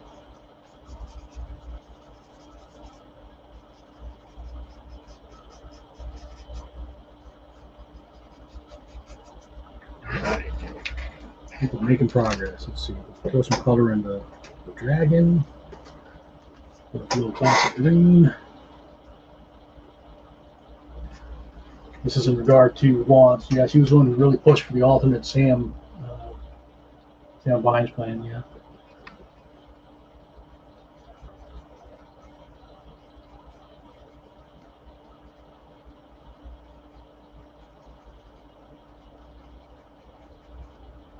Now I know the show creators they've only got the rights to the Watch series of books, so I don't know if we'll get to see other characters down the road. But there's a lot of really fun characters in the Discworld. So far, like when we went to Unseen University, we've only seen, I think we've really only seen the Arch Chancellor and the Librarian. The Librarian was kind of shocked when I first saw him because the Librarian's basically an orangutan. The magic has turned him into an orangutan. When I first saw him in the show, it's like, ooh, I don't know, that doesn't quite look right.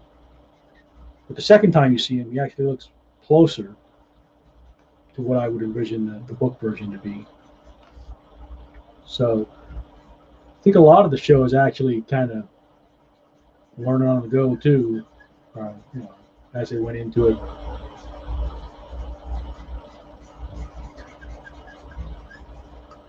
It'd be interesting to see if they do get a second season, what influence they take from, I'm sure they're getting a ton of media commentary.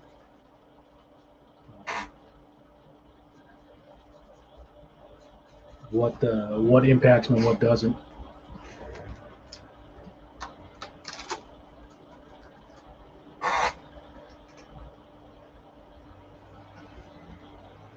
Yeah, I think the color is helping, right?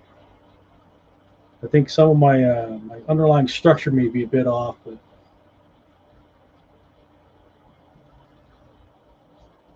can't win them all, as they say.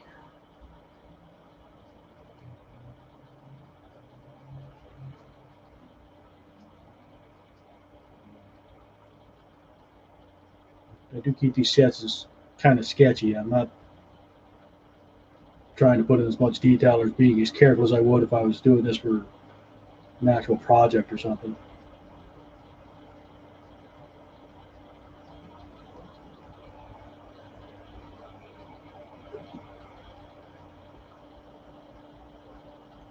But it's good, I enjoy doing these streams, and I don't have a huge viewership or anything, but I get to meet people and talk about things I enjoy. Hopefully, trying to talk about things I don't like.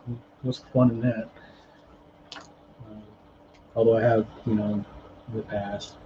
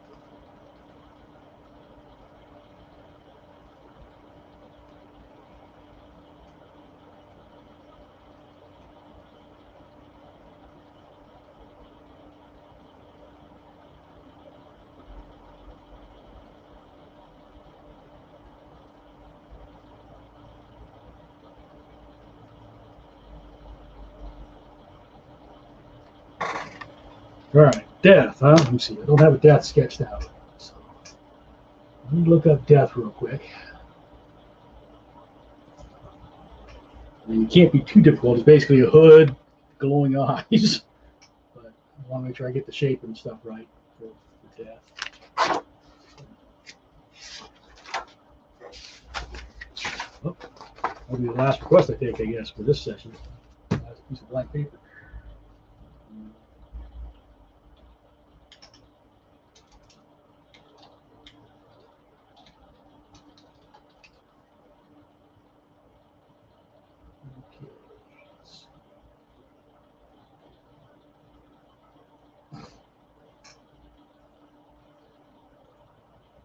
All the references are very dark. So let me find one where I can actually make out some detail. Or if not, I'll have to take it into an editor and bump up the gamma so I can see what I'm drawing. Copy this real quick. Photoshop.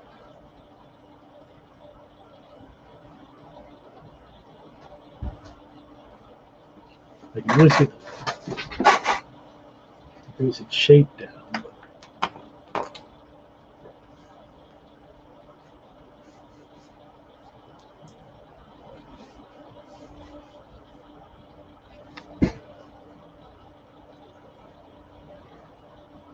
Hopefully there's enough light data in the image so that I can pull out the details.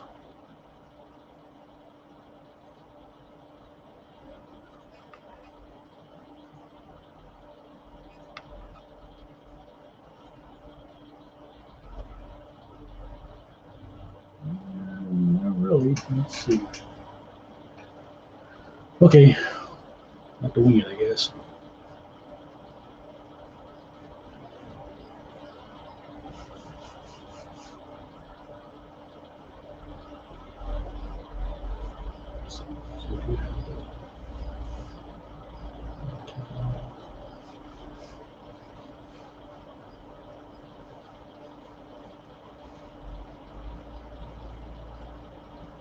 They seem to have like a rigid part on the hood to keep it so that it extends forward like it needs to.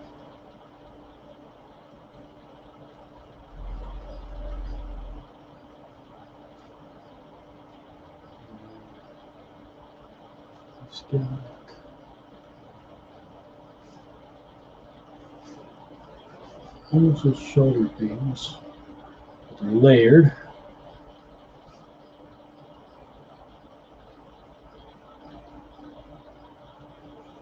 Let's see. I didn't really give them bony hands, but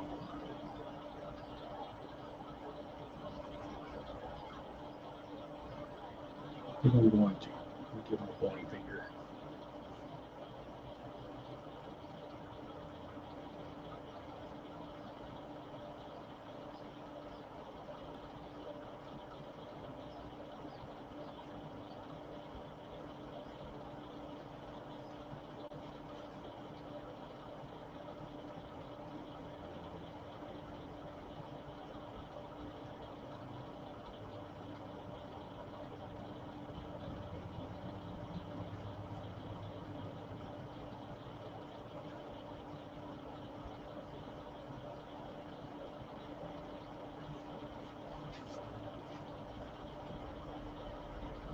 All right, death. Let's see.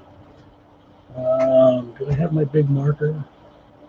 I have a big marker. Let's see. Tripping on very quickly.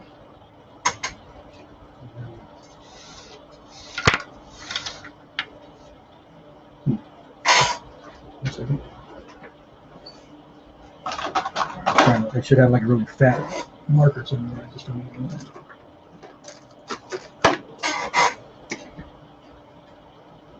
So,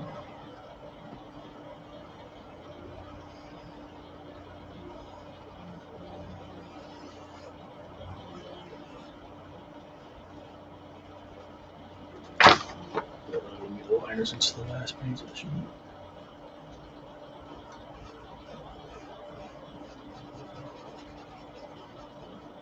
So obviously the inside of the hood is going to be pitch black, so I don't have to worry about details there.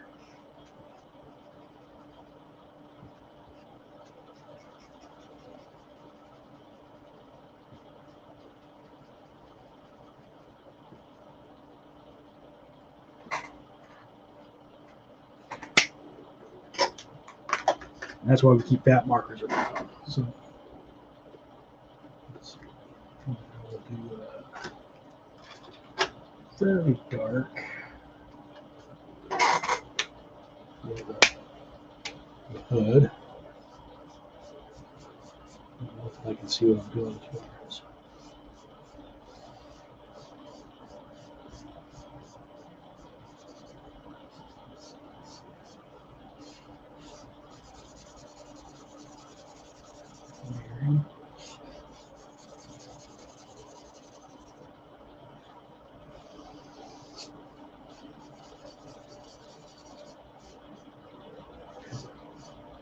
Can actually go fairly quick on this. It's basically solid blocks of color.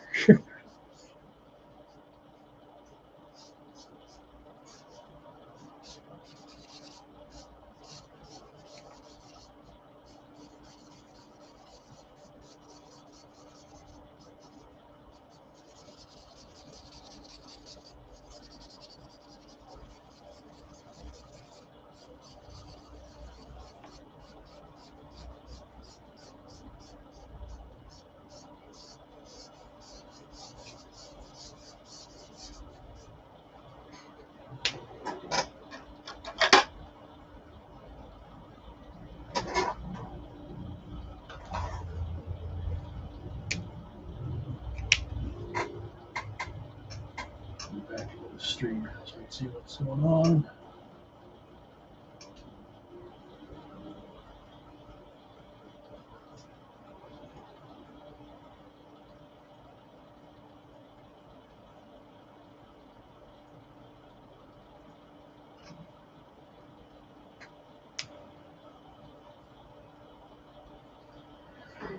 Yeah, people tend to like talking about things they don't like. I stopped watching shows like that because there's enough stuff going on in the world to be mad about, and I don't need to get mad about fictional stuff.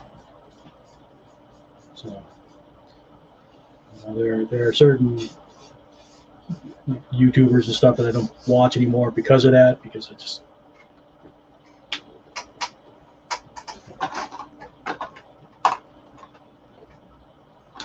non-productive, doesn't help.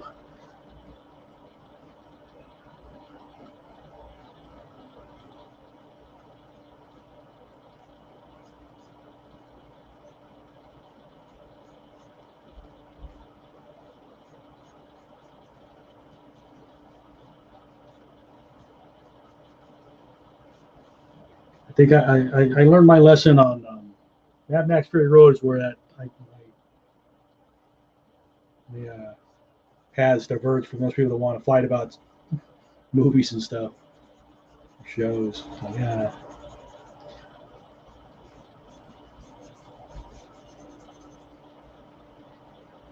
So now my take is like, if you enjoy something, great. You just don't have to try and convince me to enjoy it if I don't like it. And I'm not going to try and convince you to enjoy it. If I get it, not everything is for everybody.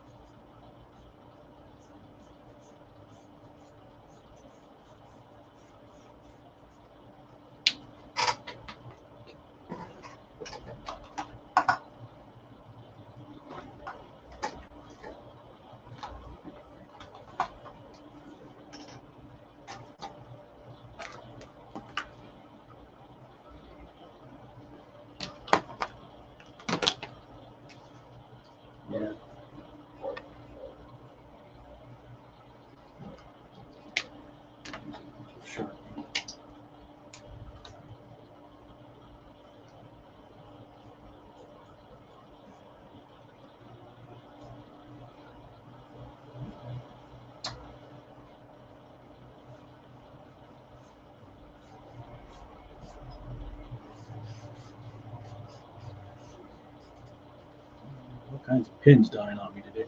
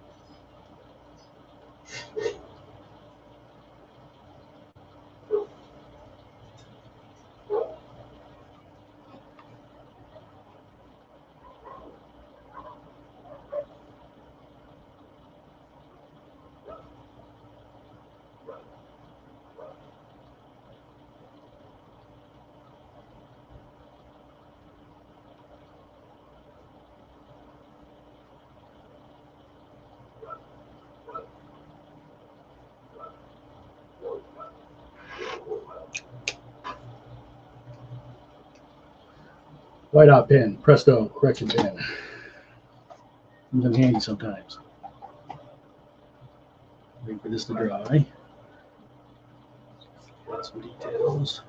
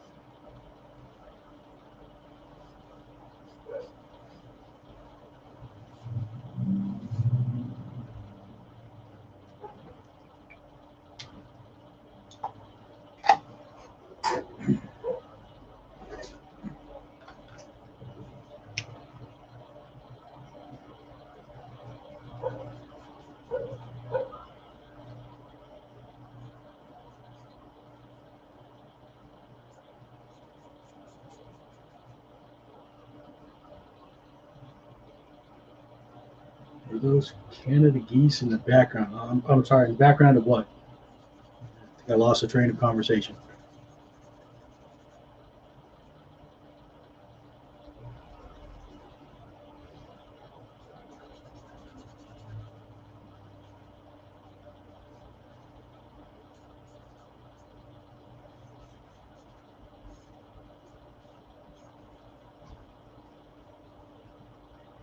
You just talk about the noise and the background noise.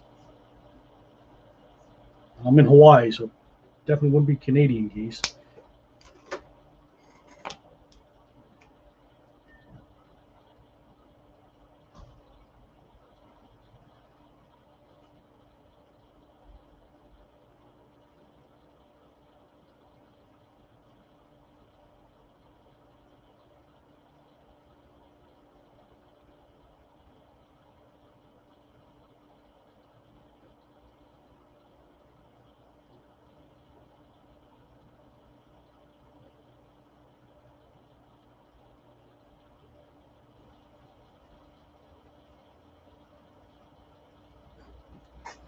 All right. There's death. Quick and dirty.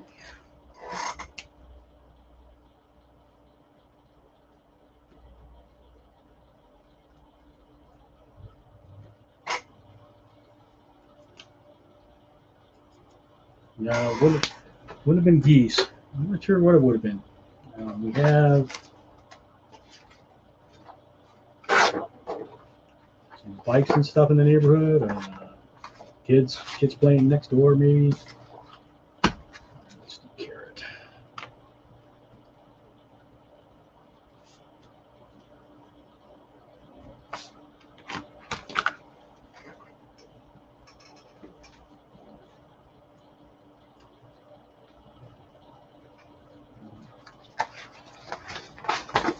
Well, that was a quick and dirty death. Not a lot of detail because I can't really see what's going on in the costume. I'm sure there's some elements in there that I can't make out.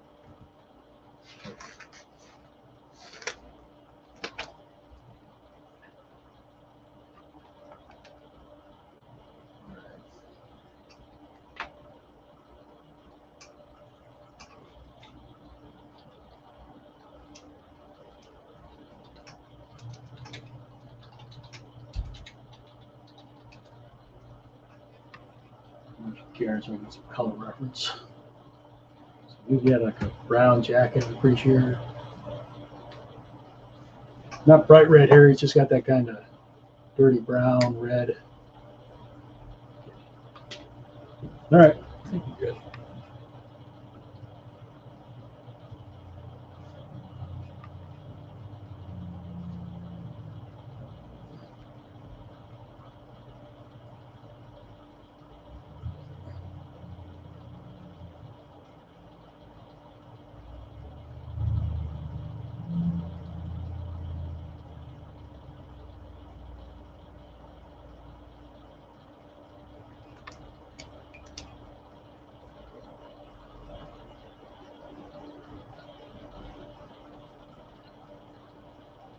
Yeah, it's the thing with Carrot. I don't know if they utilized him as well as they could have.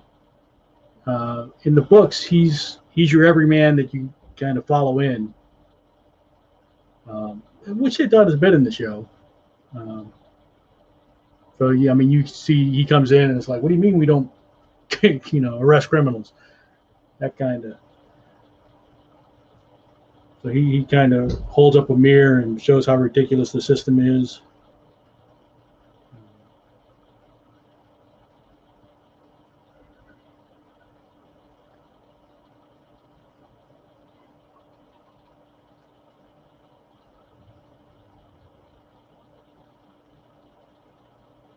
Now, like I was saying, Lady Sybil's pretty far cry from the physical representation in the books. Carrot is smaller than I would imagine from the book. But the guy playing him, Hubel does a good job of getting that aw shucks kind of feel to the character.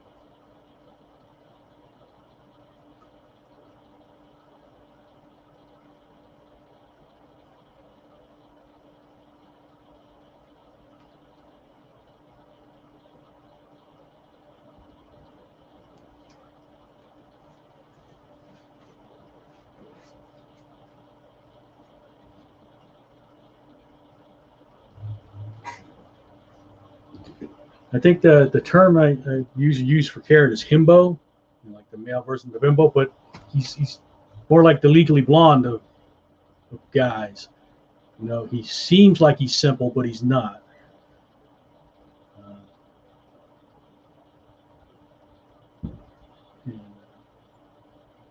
See if the show captures that. It was interesting to see the alternate version of him in the Tanty.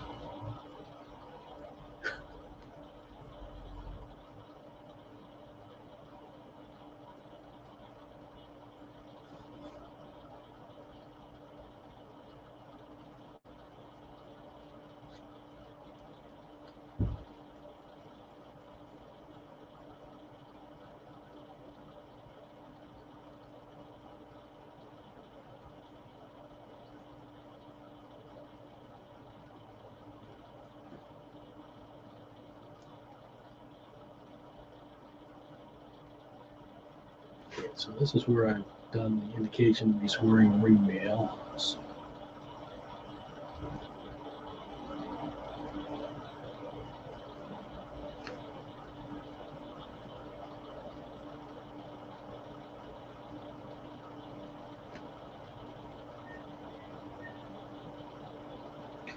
I hate drawing ringmail. It's why I like use this cheat where I just do like alternating rows of C's inverted.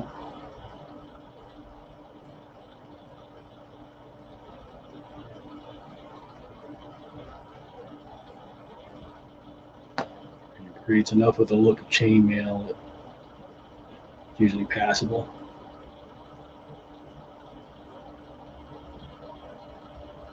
You can actually draw accurate chainmail. It's very tedious.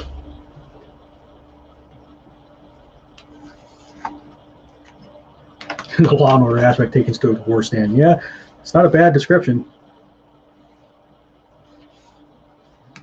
I'm going to make the bad string very straight.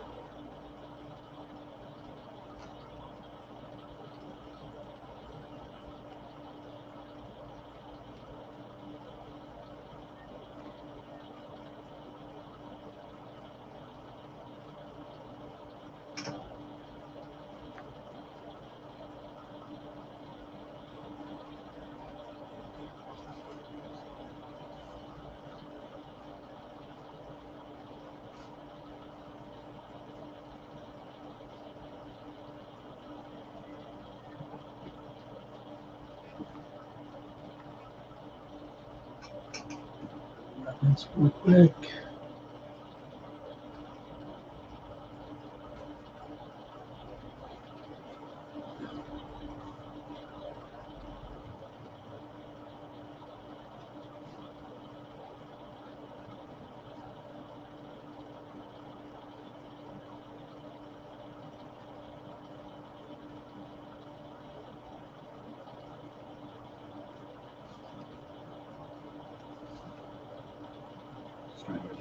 Look at the eyebrows here to see how heavy they are.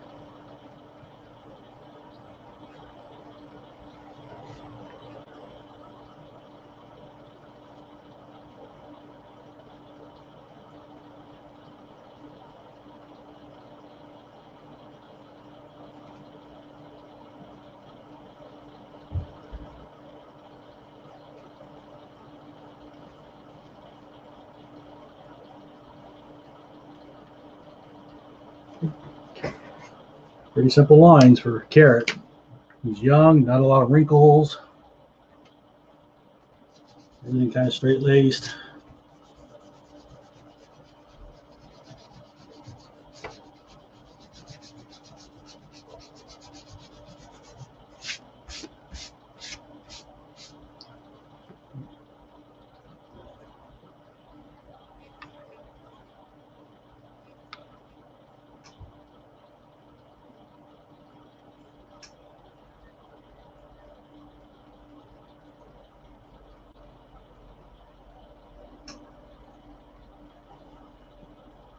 The only thing with the Tanty was he kind of got limp when Sybil came in as the warden. Well, I guess that's understandable.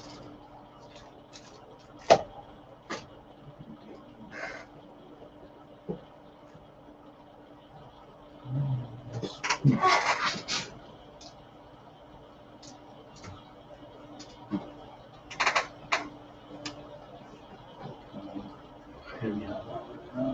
whole thing.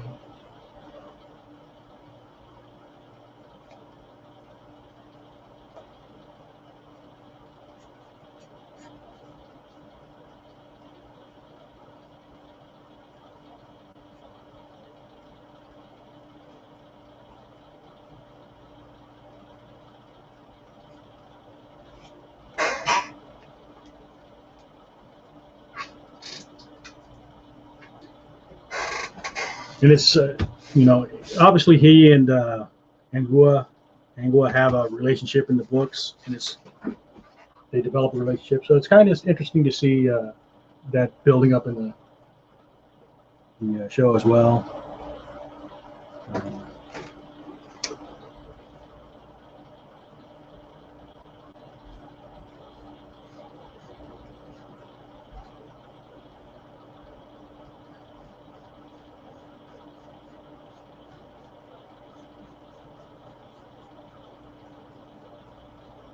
Like when the Angua's scene where she has her childhood flashback, and he's there to pick her up and tell her you're in a new pack now. Nice.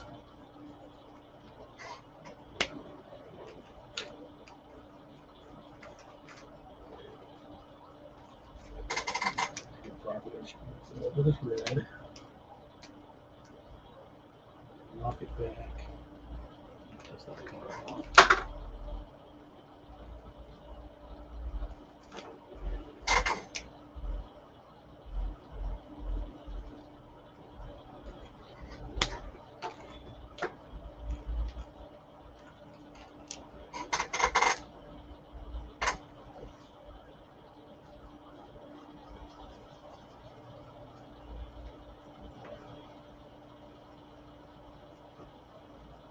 Things that would be nice to get some answers about tomorrow is this mysterious council that Carcer is reporting to.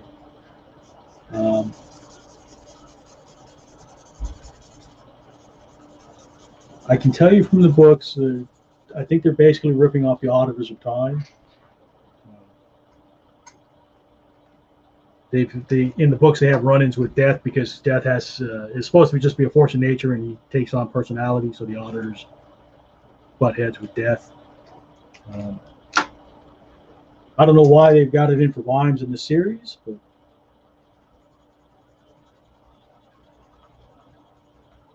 apparently they want things to be run a certain way, and Vimes is the stumbling point for that.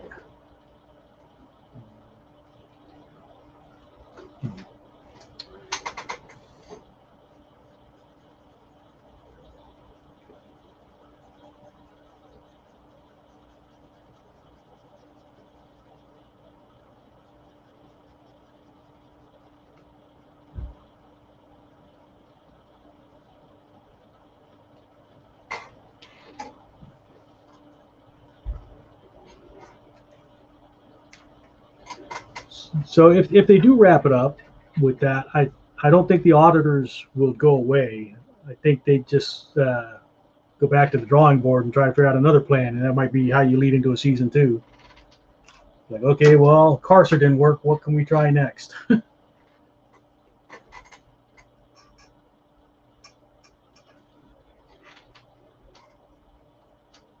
I could see that. I could see that happening. I still think, like we were saying earlier, I think Wance is going to turn out to be more evil than Carcer.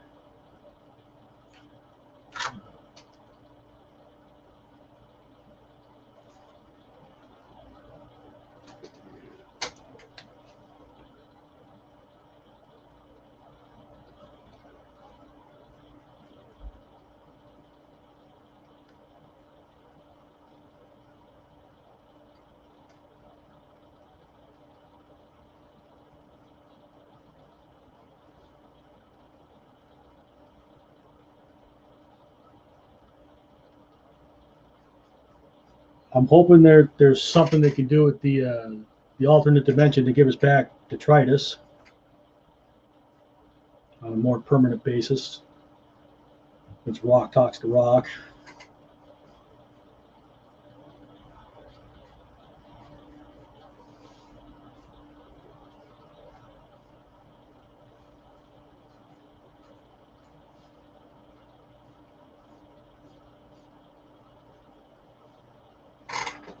Drawn carrot's not as much fun because he's all clean and crisp. You know, when you do a character like Sam, you know, you got all this detail and grizzle to work with, and then you come to Carrot, it's just crisp, clean lines. He looks like a Nagel drawing. You remember Patrick Nagel from the '90s? All those really crisp drawings.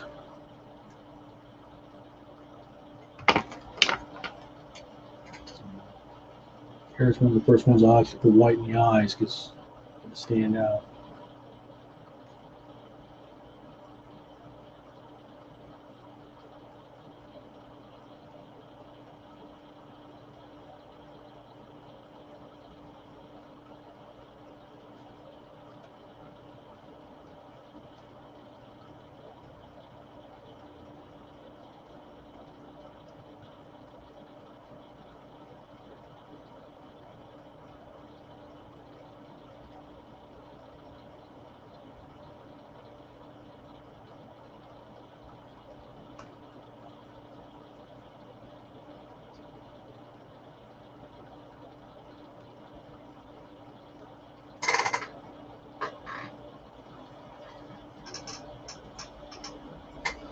One of the comments I saw from another viewer is how much they're enjoying the Goblin soap opera playing out in the background. Yeah, that is kind of interesting. I'm not sure what's going on with those. That couple that's bickering.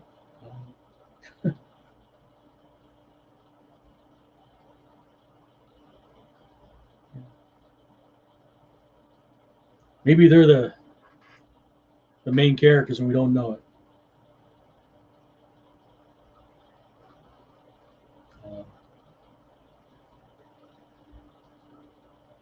I will be interested to see if we get some of the book characters that we don't have so far, like Nobby Knobs and Sergeant Colon.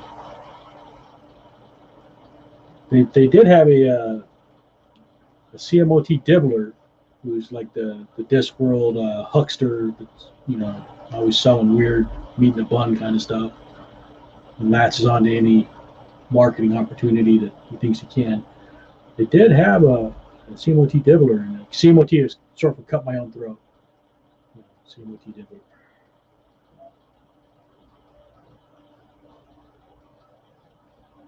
I'm wondering if they'll do more with that character.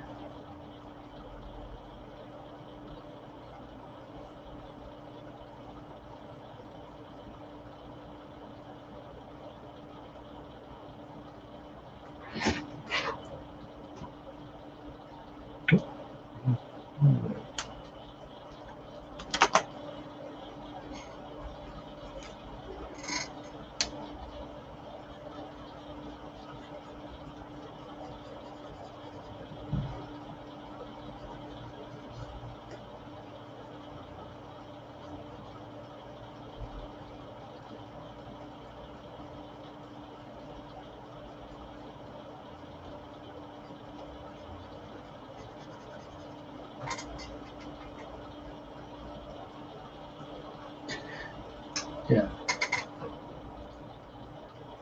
Yep, the goblins are the ones really pulling the strings.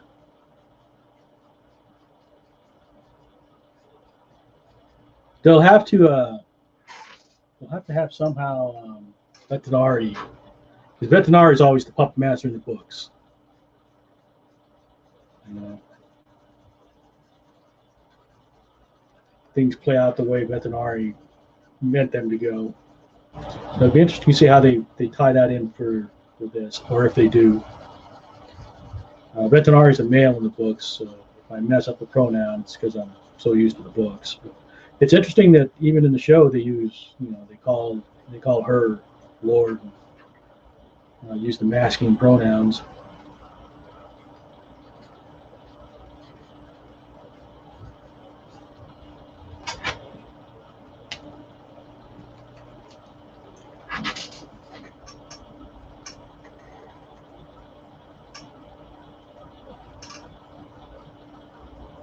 I'm gonna look up Adam Hugo real quick and see what his eye colors are. Another kind of gray blue. Okay, easy enough.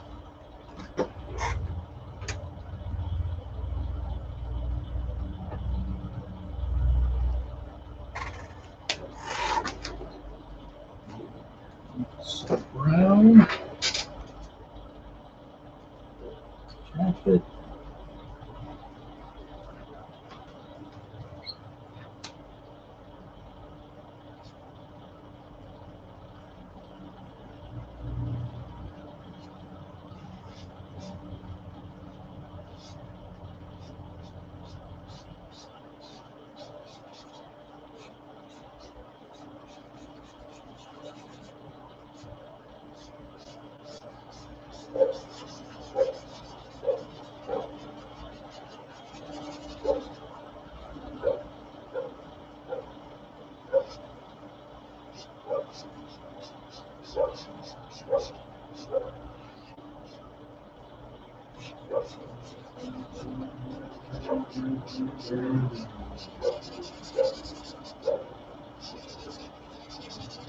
And I wonder if they're going to do more with Spike, the goblin they picked up at the goblin drag bar.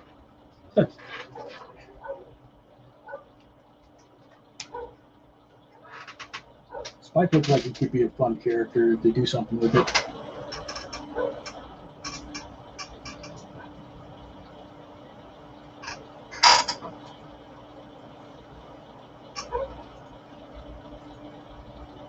Yeah, I have to think Bettenard is going to be more involved.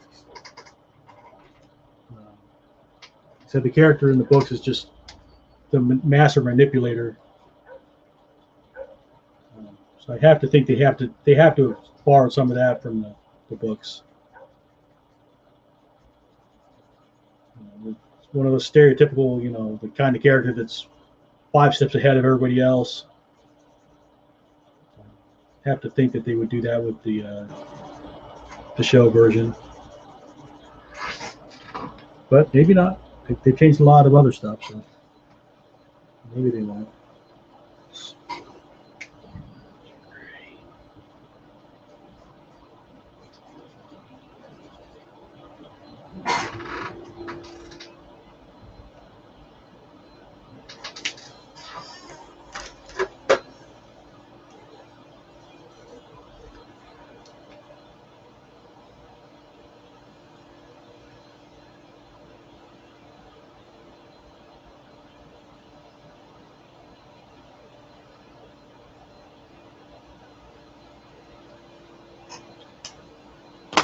All right, Garrett.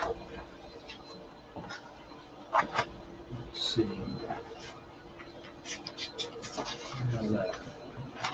We do Alice. I can do Cheery. Or I can do the Rob Schneider version of Knobby Knobs. What do you guys think? What should we do? One more and then I'll call it a day. So, Knobby Knobs. Roy Schneider is Rob Schneider as Knobby Knobs. Carrot or Alice. Your preference?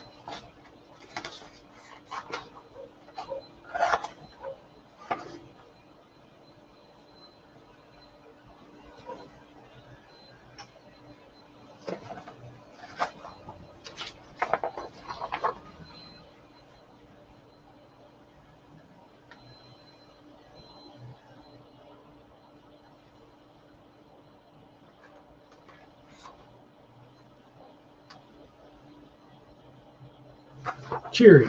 Okay, we'll do Cheery. The fabulous Cheery.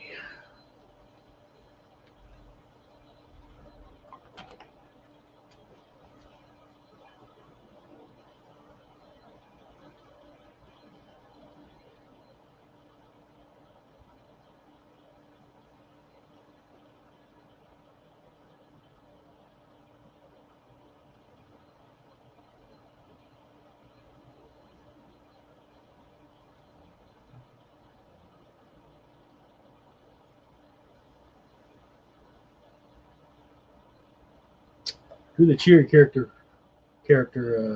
bigger, smaller, so I could get that attitude in there with the body.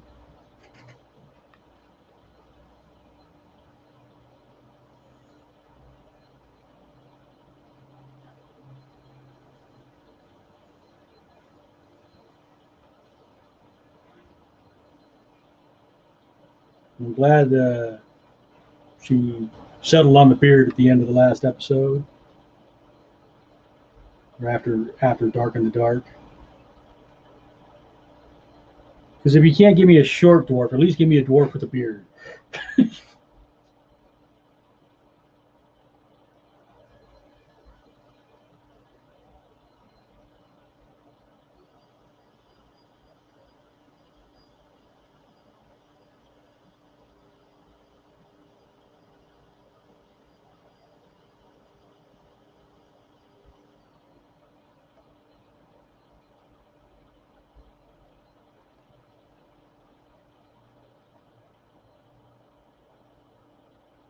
It's another actor I'm not real familiar with, the one that plays Cheery.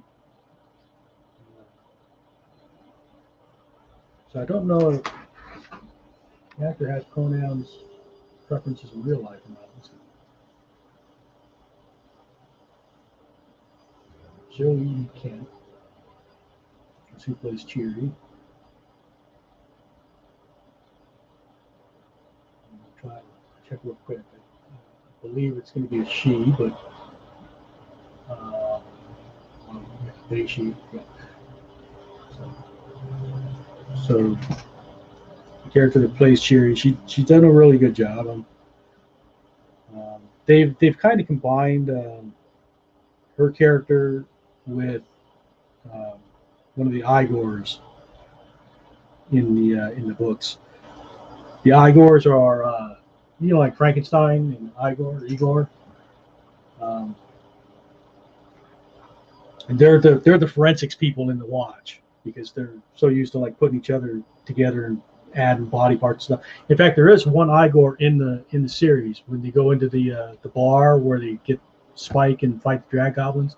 The bartender is an Igor. If you look closely, you'll see that his face is made up of different parts. So he's got a little bit of fawn. He's got like a horn on one side from a fawn, and he's got a beard, half a beard, because he's got mix and match pieces from other people, and that's how Igors are built.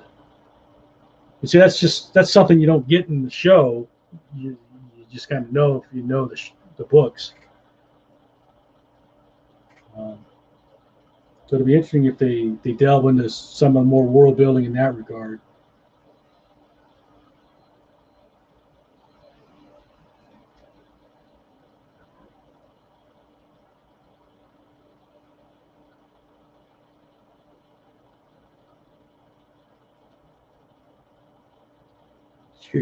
He's kind of hirsute, hairy.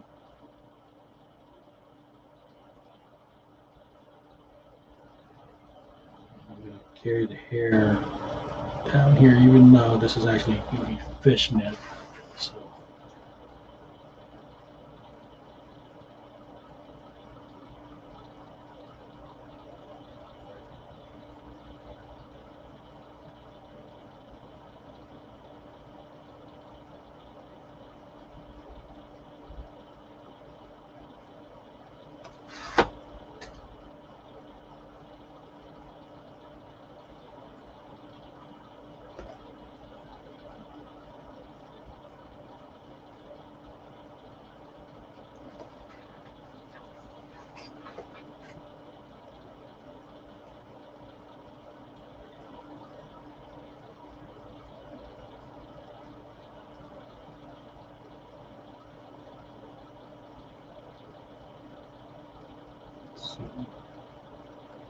I believe there's some kind of ribbon.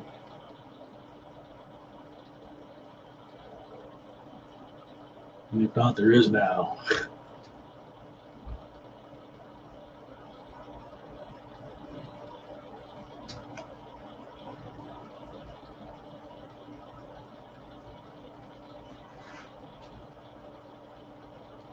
Belt. Add some sparkle to it.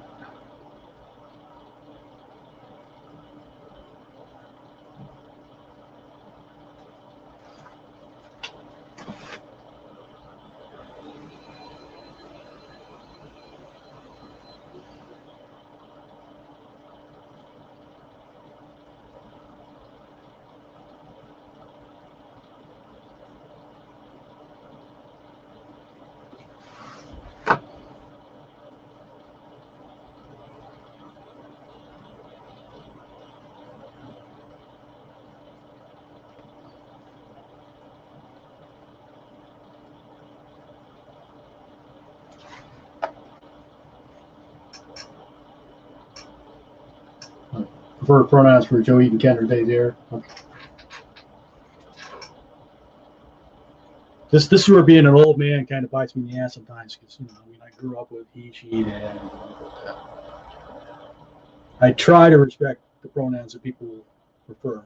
So I have reason to believe that they use something other than the binaries, and I'll try to look it up.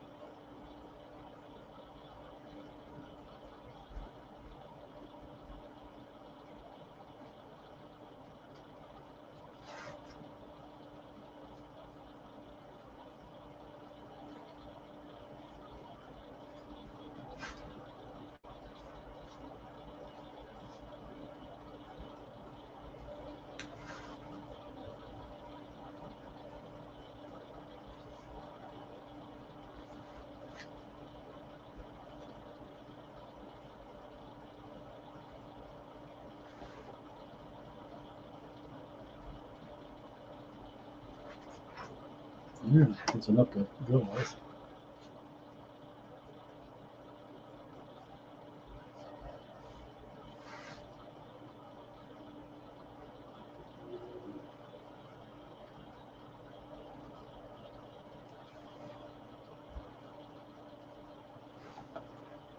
Now, the question is, can I get pink? Because her hair here is pink. Now, if I was on white paper, I have pink, but on tan paper, I'm not sure how the pink is going to read.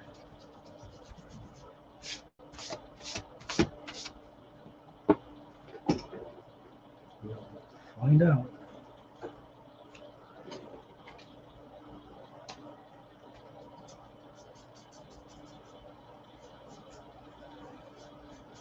That's not too bad. Almost a bubblegum pink when the paper shows through.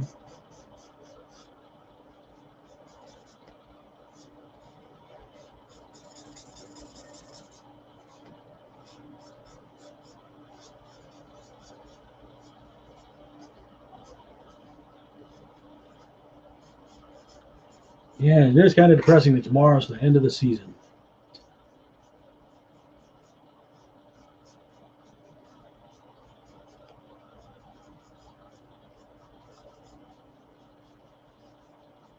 I'm watching WandaVision too, just like half the world. So at least I still got that.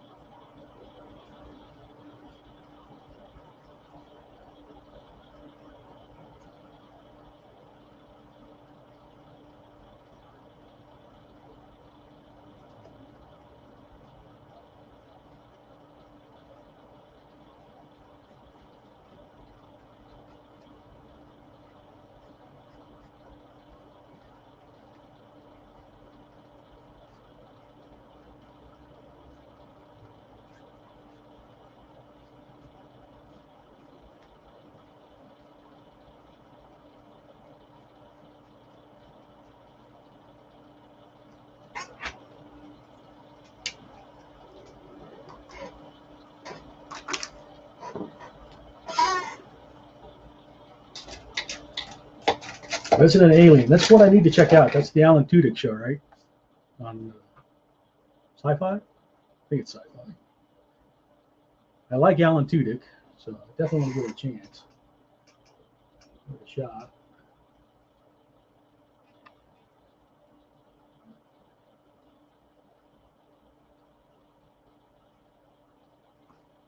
Get a beer.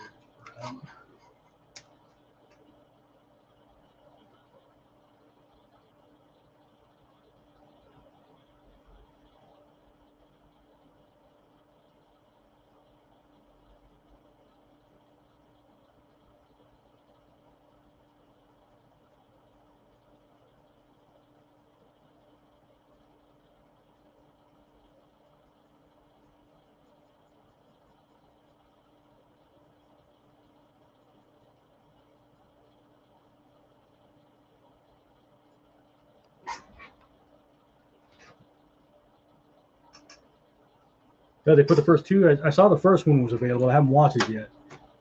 But, we'll have to go check that out. Maybe once I finish this stream and grab some dinner.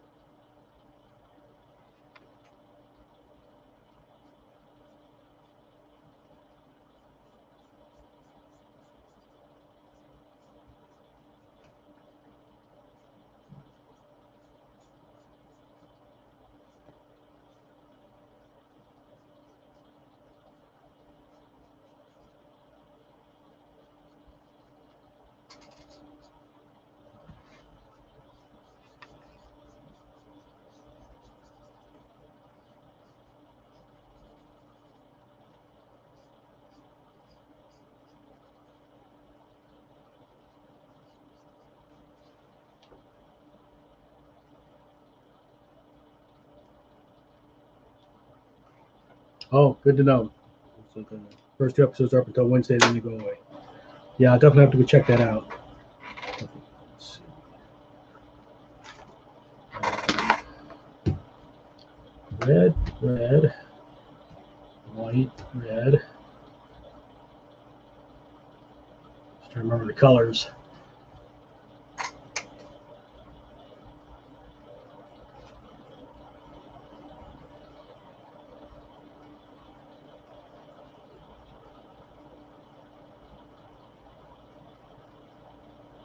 So I try to do the workup sketches before the stream starts so that I'm not doing the full sketching in the stream.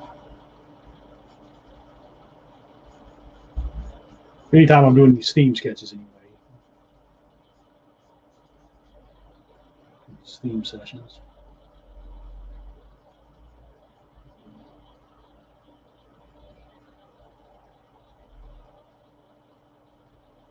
I'm not real good at talking during the stream, so these people can watch stuff going on.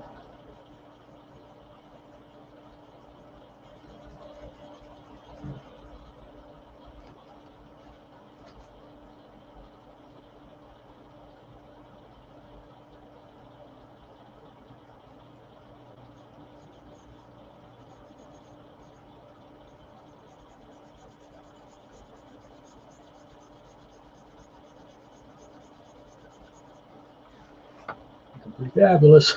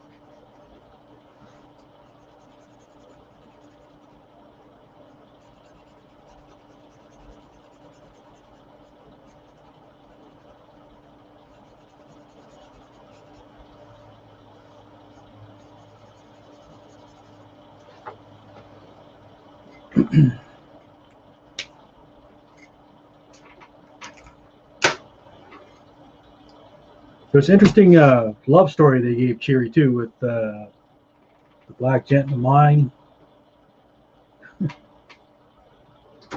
It's like the kiss at the end is, and then she leaves, and it's like, Well, you did try to kill me. Yeah, there's that.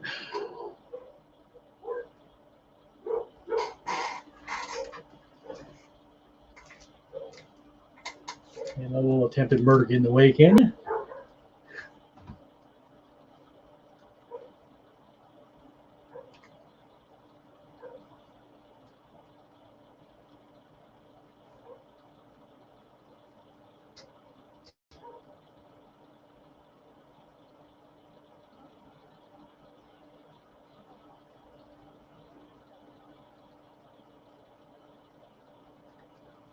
I'll have to put the blacks back in when I do this, but get a base white down, and then I can use the correction pin I used earlier for bright whites. Because she's got more sparkle and glam, so there'll be some high specular points, bright white reflections.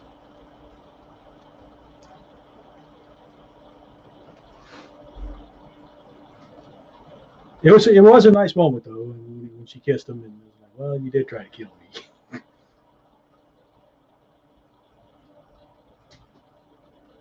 I wonder if we'll see him again, or her. I'm not sure. I think that dwarf may have identified as female also. I'm not positive.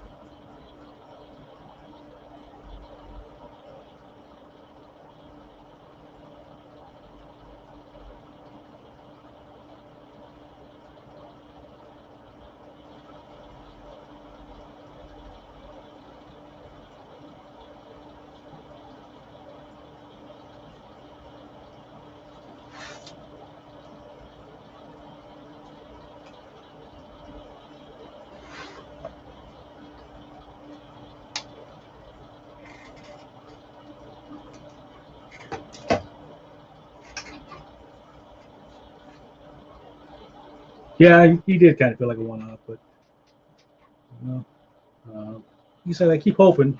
I hope the show gets another season, and I hope they get a chance to develop some characters.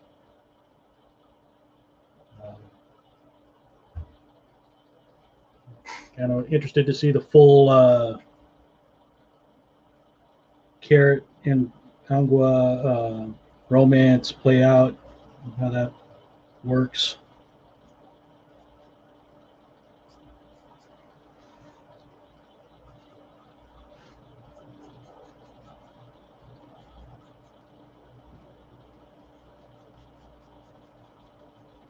And then the Vime Sybil romance is another one that, you know, how they're gonna address that, or if they will.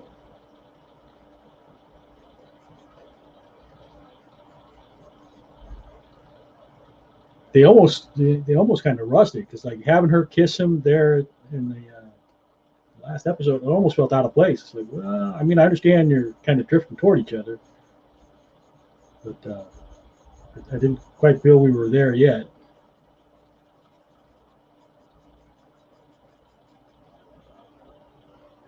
You know, it would have made more sense for Vimes, since he's seen a glimpse of them together through Carcer's visions. Oops. Carried away with my stroke.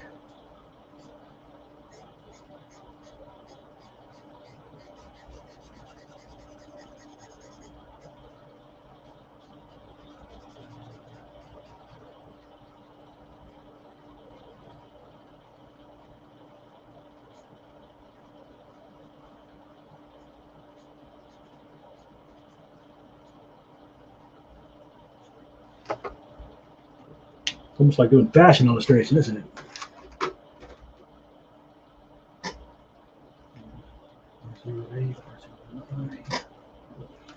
That's the lightest red I have.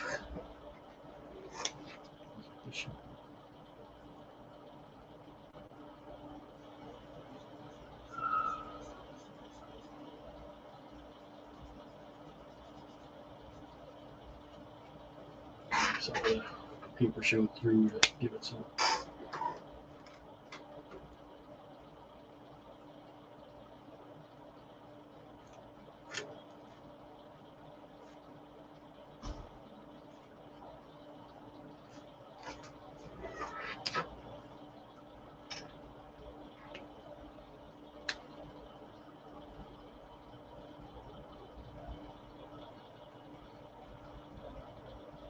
Some other lore from the books that I'm hoping, like in the first episode, where you see Vimes getting ready to pee on the dog. There's a dog in the books called Gaspod, Gaspode, Gaspod. The dog can talk, and I think that dog was supposed to be Gaspod, the one that they showed briefly in the first episode.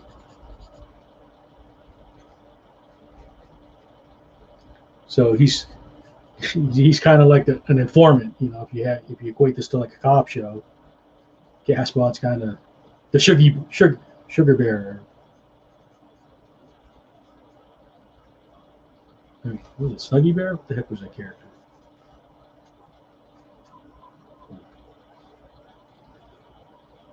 Huggy Bear. I need to give him some give her some lashes.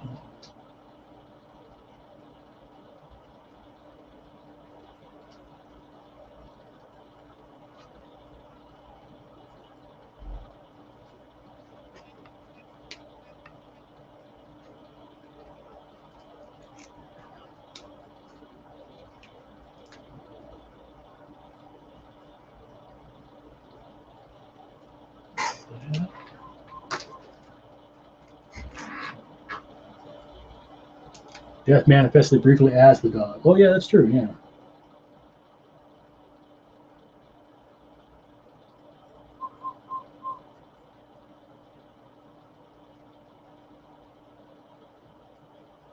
It's a very put upon death.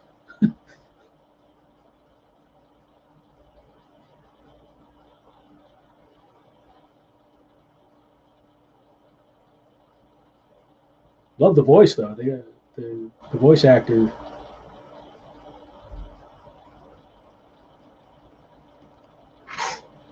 He's doing a good death. In the books, death is portrayed in all caps whenever he speaks. So you get that gravitas in the voice. And this guy's got some gravitas, but he's also got more humanity than the death version or the book version of death.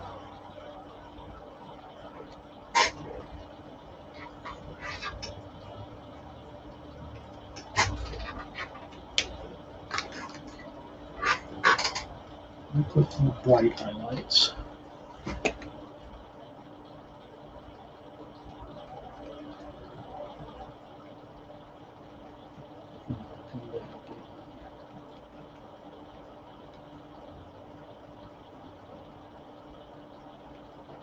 Of course, the lines that I lost.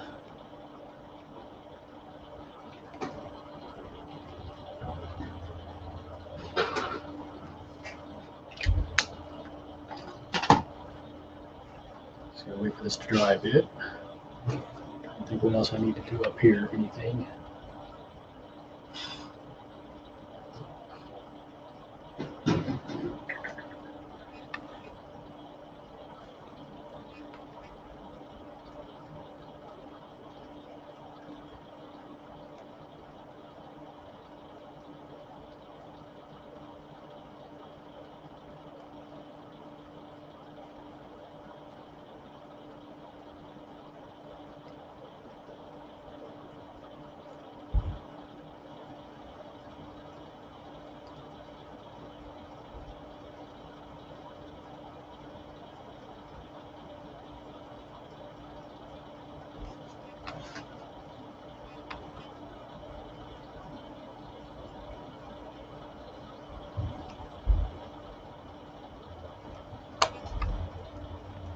All right. I think I'm going to call that a day. Professor, I appreciate you hanging out. We'll do a quick recap, and the other ones that I haven't finished yet, I'll finish offline. So we'll start off with Sam. Richard Dormer playing that character, doing a great job.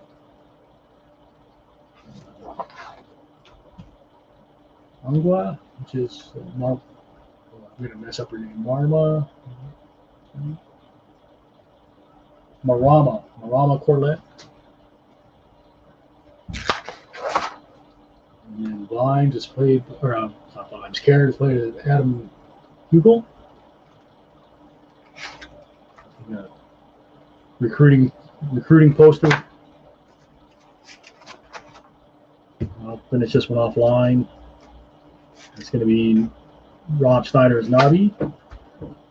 Sybil Rankin, Lady Sybil, played by Laura Rossi. The Fabulous Cherry, played by Joe Eden Kent.